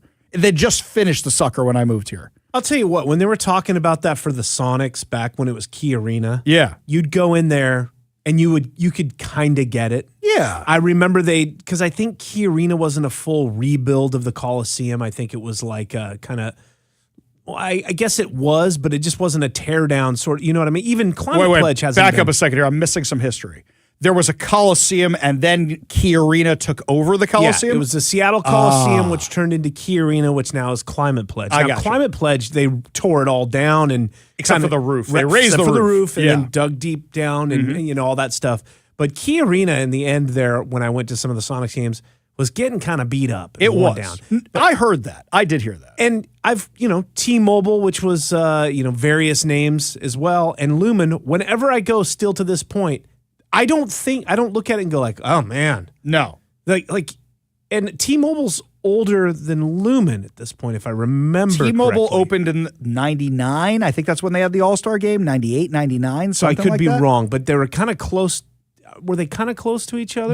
They were close, but I remember is that Lumen Field opened afterwards. I do remember that's what that. I thought too. Yeah, it did.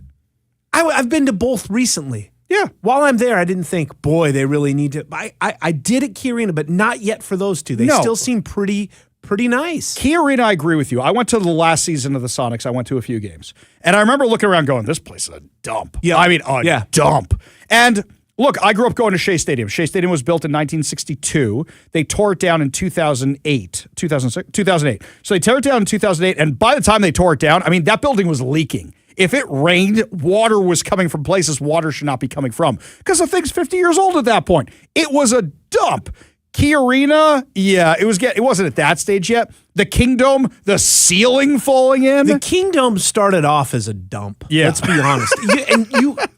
It was all just gray concrete, everything. I've only seen there. pictures. I've never been inside the thing. But I've got friends who told me they had pieces of the stadium because you could just basically grab them off the walls and walk out with them. Yeah, that's the kind of bad shape it was in. I was really young. I don't remember a whole lot. I remember it being like impressive as a kid because it's a dome, and like even going by the Tacoma Dome when I was a kid, I was like, "This is awesome." But yeah, it was just such a depressing sort of place to be in. No, I was at the football stadium. I was at Lumen Field or CenturyLink or whatever they call it these days. I was at Lumen Field right before the playoffs. Right before the playoffs, I was there. And it was fine. Not just fine, it's good. Yeah, there's nothing wrong with it. There's no problem with it. I go at least once or twice a year to a football game. It's great. And what, you don't have enough amenities? Here's something else. Whenever they build a new stadium, they always build them smaller. And by that, I mean they prioritize the skyboxes or whatever it is, and there's less seats in the stadium. What's the best thing about Lumen Field? The noise, the volume, and everybody complained, why aren't you doing this in a dome? And, you want to sit outside like at the Husky game and whatever. Lumen Field is a good stadium. It's in good shape. It's a good stadium. You want a new stadium out of this? Because then what's going to happen? They're going to come to the city. Hey, Seattle, you want to keep your Seahawks here? How much you going to give us for your new That's a nice football team you have there. Be a shame if anything happened to it. Look, if you told me at Lumen Field, you want to enclose some of those areas and make it more accessible, I think there are some goofy parts of it. I do. You want to do a little bit of a facelift and figure out some access points and add some seats in some of those big open areas? God bless you. I don't want the city paying for it, but God bless you. But you think you need a new stadium for this owner? Are you kidding me with this nonsense? And I don't want to be paying for it. Here's something else. You can afford to pay what you're paying for those players. You can afford to pay for the stadium. This always bothers me. Oh, we can afford $750 million for an outfielder. And then you want the city to pay for your stadium? No, shut up. No, if you think it's worth the money, you invest the money. Or better yet, how about the taxpayers get a piece of that team? How about we do that? The thing that really ticked me off is when you had banks naming stadiums during the Great Recession. So the U.S. government just bailed out a bunch of these banks. And then all of a sudden, what'd you notice? There are all these stadiums with bank names on them. I'm like, are you kidding me? Are you kidding me with this? Whatever. Anywho, they want a new stadium. Let me know what you think. You think we need to redo the football stadium? By the way, I think T-Mobile, it's not Safeco anymore. T-Mobile, I think it looks great.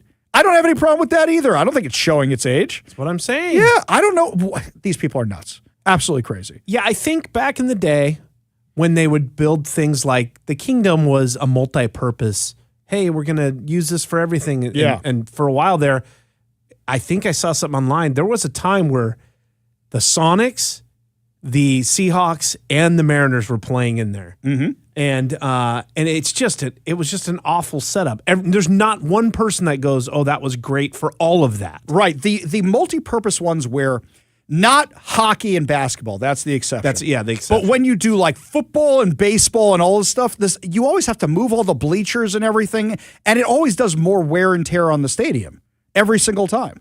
So, yeah, I think that's why they have the two stadiums instead of the Kingdom, because the baseball and football thing don't work out too well. And the problem they're having, too, is now that they've become savvy in the last few years when these places were built, they kind of sort of future-proofed them to an extent where the technology was still pretty good and they set up the suites and all that stuff. Because that was a big thing with the Key Arena, if I remember correctly. They wanted the suites. The suites weren't very good.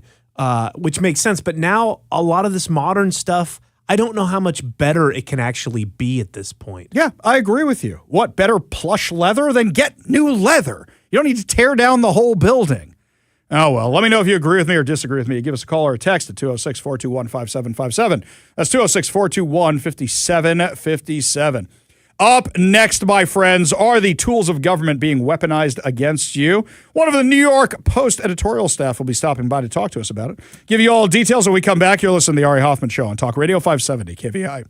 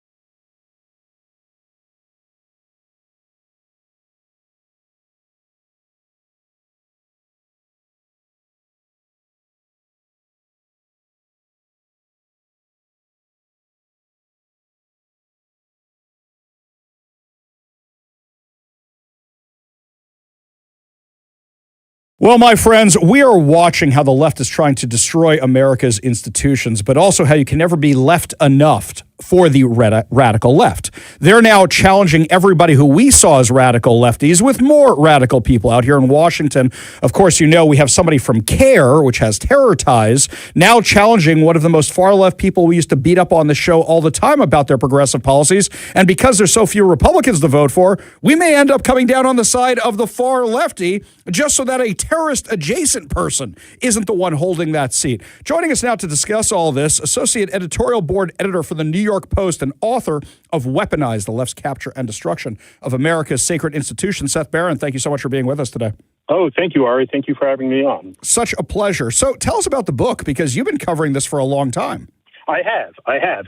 Well, the premise of the book is that, America was founded on the idea that the people are sovereign, right? And that power is vested in the individuals and in the communities they inhabit.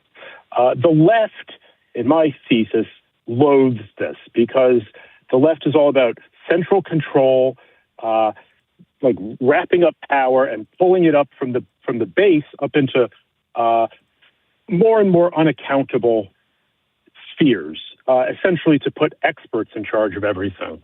So in my book, I examine like 4 domains where they've done this. I look at the border, or civics, really, border, citizenship, civics. I look at education, I look at policing, and I look at housing. And I look at how the left has essentially weaponized certain core beliefs in order to turn these, to infiltrate these institutions and warp them, twist them, invert them, and turn them against us. They're doing a pretty good job of it. As you out in Seattle probably know, and as I in New York know, this is a major problem. The left, the communists, have essentially, to my eye, taken over a lot of these key these defining institutions: education, housing, civics, and policing. And I'm not going to say that it's all over, but the hour is late. So basically what you mean is what we're talking about here in Washington State is they took over all the homeless industrial complex, made it the homeless industrial complex, I should say, and then use that to tax us more and more. They figure, hey, if we can take over the police department, they tried defund, that didn't work, so then they get woke police chiefs out here, and then they can make it their police department. They get their prosecutors in place, so it's not abolish the prisons, it's just don't send anybody to jail. Is that the basic idea? Yes, and the idea being to fund the police, it's not like they ever really wanted to get rid of the police. They just want to be in charge of the police. One of the reasons they hate the police is because they don't control that union doesn't support them. All the other public sector unions, teachers, etc., healthcare, those are all owned by the Democrats, or they own the Democrats, except the police.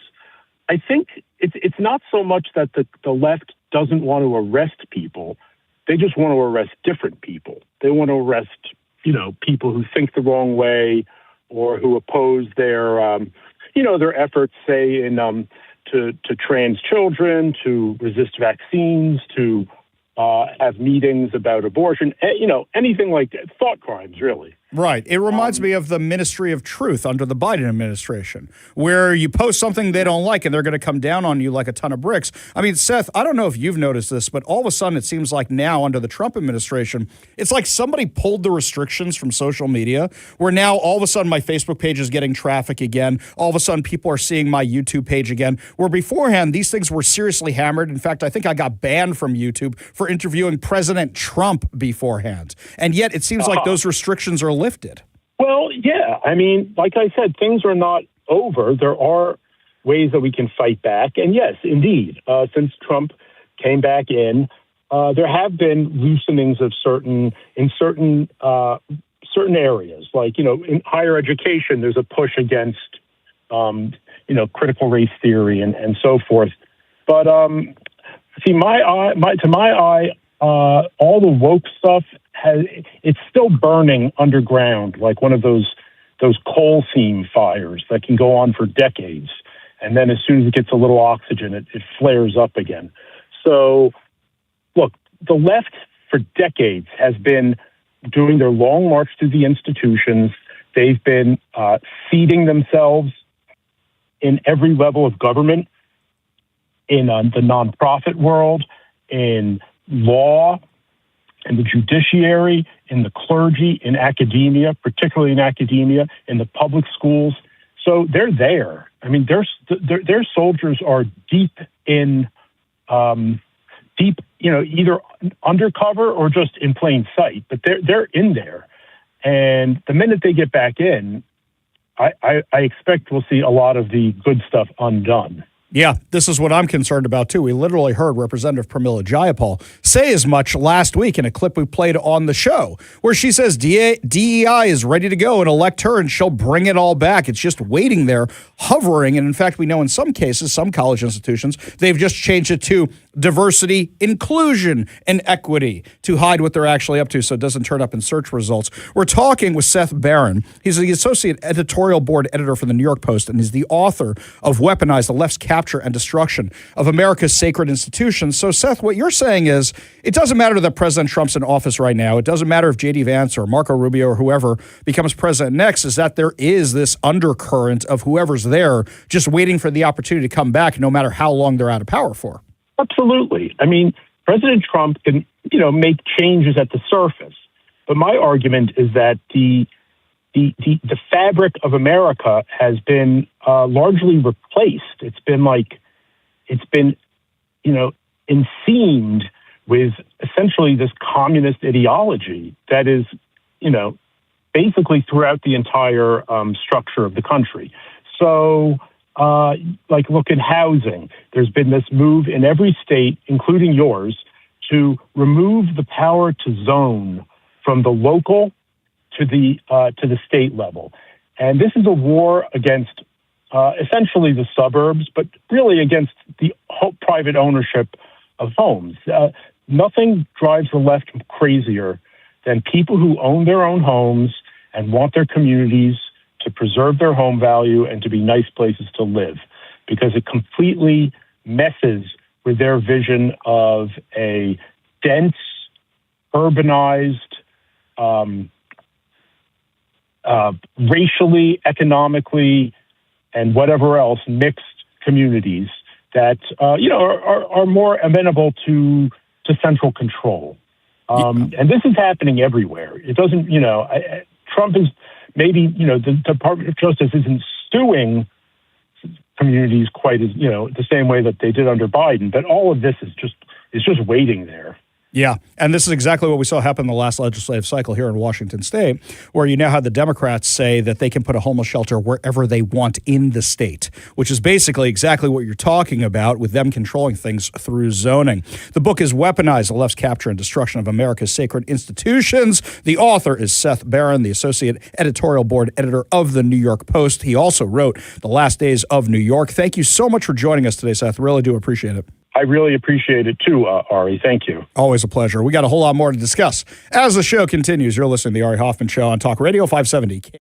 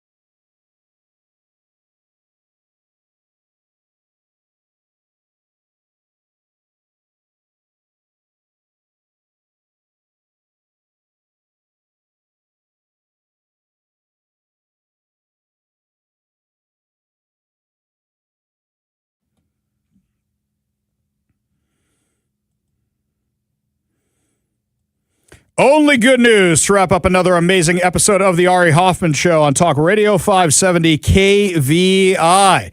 And just want to remind everybody, check out KVI.com. There are 2 articles I put up there this morning, or young Zach put up there this morning when I wrote them last night, that might interest you. For those of you that have been following the PDC insanity, where they're going after Let's Go Washington and Brian Haywood and Brandy Cruz, I took our 2 interviews with Brian Haywood and Brandy Cruz, threw them into an article with all the details, everything that's developed since then, with the PDC filing, the attacks on Let's Go Washington. That's up there right now. So if you missed it yesterday, it's all there at KVI.com. The other thing we have up there is, we discussed this a lot yesterday, but these PDC complaints that are bogus, that are filed, are basically a rehash of a case that happened in 2007. And the case that happened in 2007 was against KVI. It was against John Carlson. It was against Kirby Wilbur. So we had John Carlson back on the show yesterday.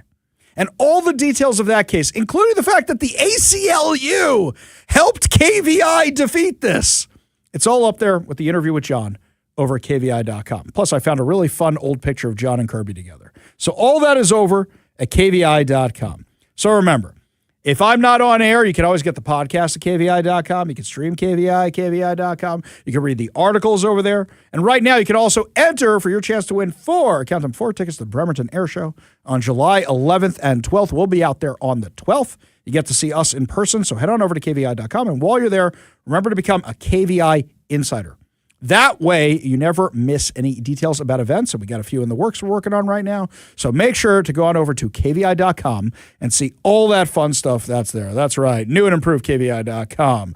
Super powered right now. Very awesome. Now, saw this in Variety, and I know some of you are going to roll your eyes and say, really, another one? But I love these stupid movies. It's time to get chocolatey wasted. That's right, because Grown Ups 3 is being worked on right now. Adam Sandler is writing the script together with some of his buddies that you may know. They are working on Grown Ups 3. That's right. See, Kevin doesn't even want this. Kevin doesn't want any Adam Sandler nonsense. Hey, Happy Gilmore 2 wasn't bad. Hey, I didn't mind Adam Sandler back in the day, but I just have never seen any of the. What is this one? The Grown Ups. Okay, I knew there was 1, didn't know there was 2. I don't care. 2 is very stupid. Very stupid. My kids love it because it's really stupid. Grown Ups 1, I really, really liked. I really enjoyed. I assume this one will be stupid, just like number 2. I think the thing I liked about Grown Ups 1 was I was shocked how it was just a normal comedy, not really an Adam Sandler comedy. It was more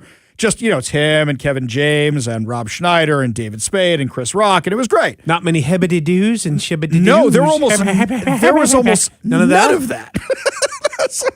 That's the best part about Grown Ups. It's not Adam Sandler. It's just, the comedy stuff. Hey, I got to say, when I saw him at Benaroya Hall a few years ago, and he brought all those guys with him, there was almost no hibbity to dibbity ratio, as Mike used to say, right? There was almost none of that at all. It was just dirty, old school humor. It was great with some stupidness on the guitar. It was a lot of fun. So anyway, yes, Grown Ups 3 is now apparently being written, and it's going to be coming out on Netflix if it comes out. And they are saying that the stars are likely attached to it. Well, Rob Schneider wasn't in number 2. So is he coming back for number 3? I'm sorry, I thought you said stars. Very good. I like that. Very, very good.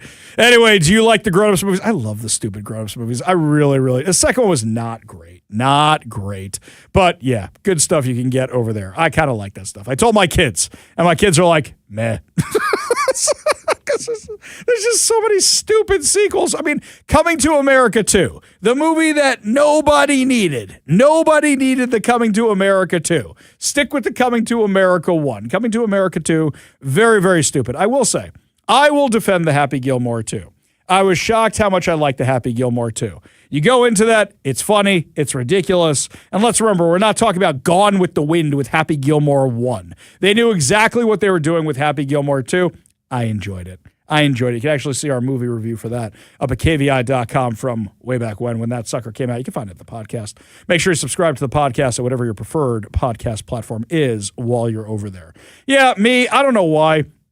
I didn't find Adam Sandler funny when I was a kid, but for some reason when I'm an adult, maybe it's because I'm sitting there with my kids and they were laughing at him and they found him ridiculous and over the top. And I said, okay, now I like Adam Sandler. So yeah, I didn't like him so much back when he was on Saturday Night Live and stuff. I really love the stupid movies now. I don't know why. I even watched that stupid Bat Mitzvah movie.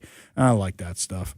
Anywho, got a few texts over here. This one here from the 360R. Your current guest, Seth Barron, is preaching to the saved some of us. He is right on the money. The Marxist communists have been filling the bucket for over 100 years. Drip, drip, drip. Eventually, the bucket spills over, says L. Darth Bow.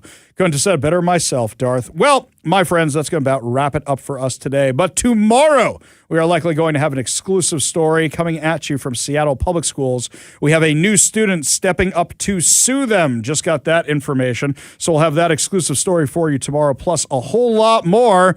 Don't forget, we will have more insane stories and more exciting guests, my friends. So make sure you are tuning in tomorrow from 3 to 6, as always. That's going to wrap it up for us.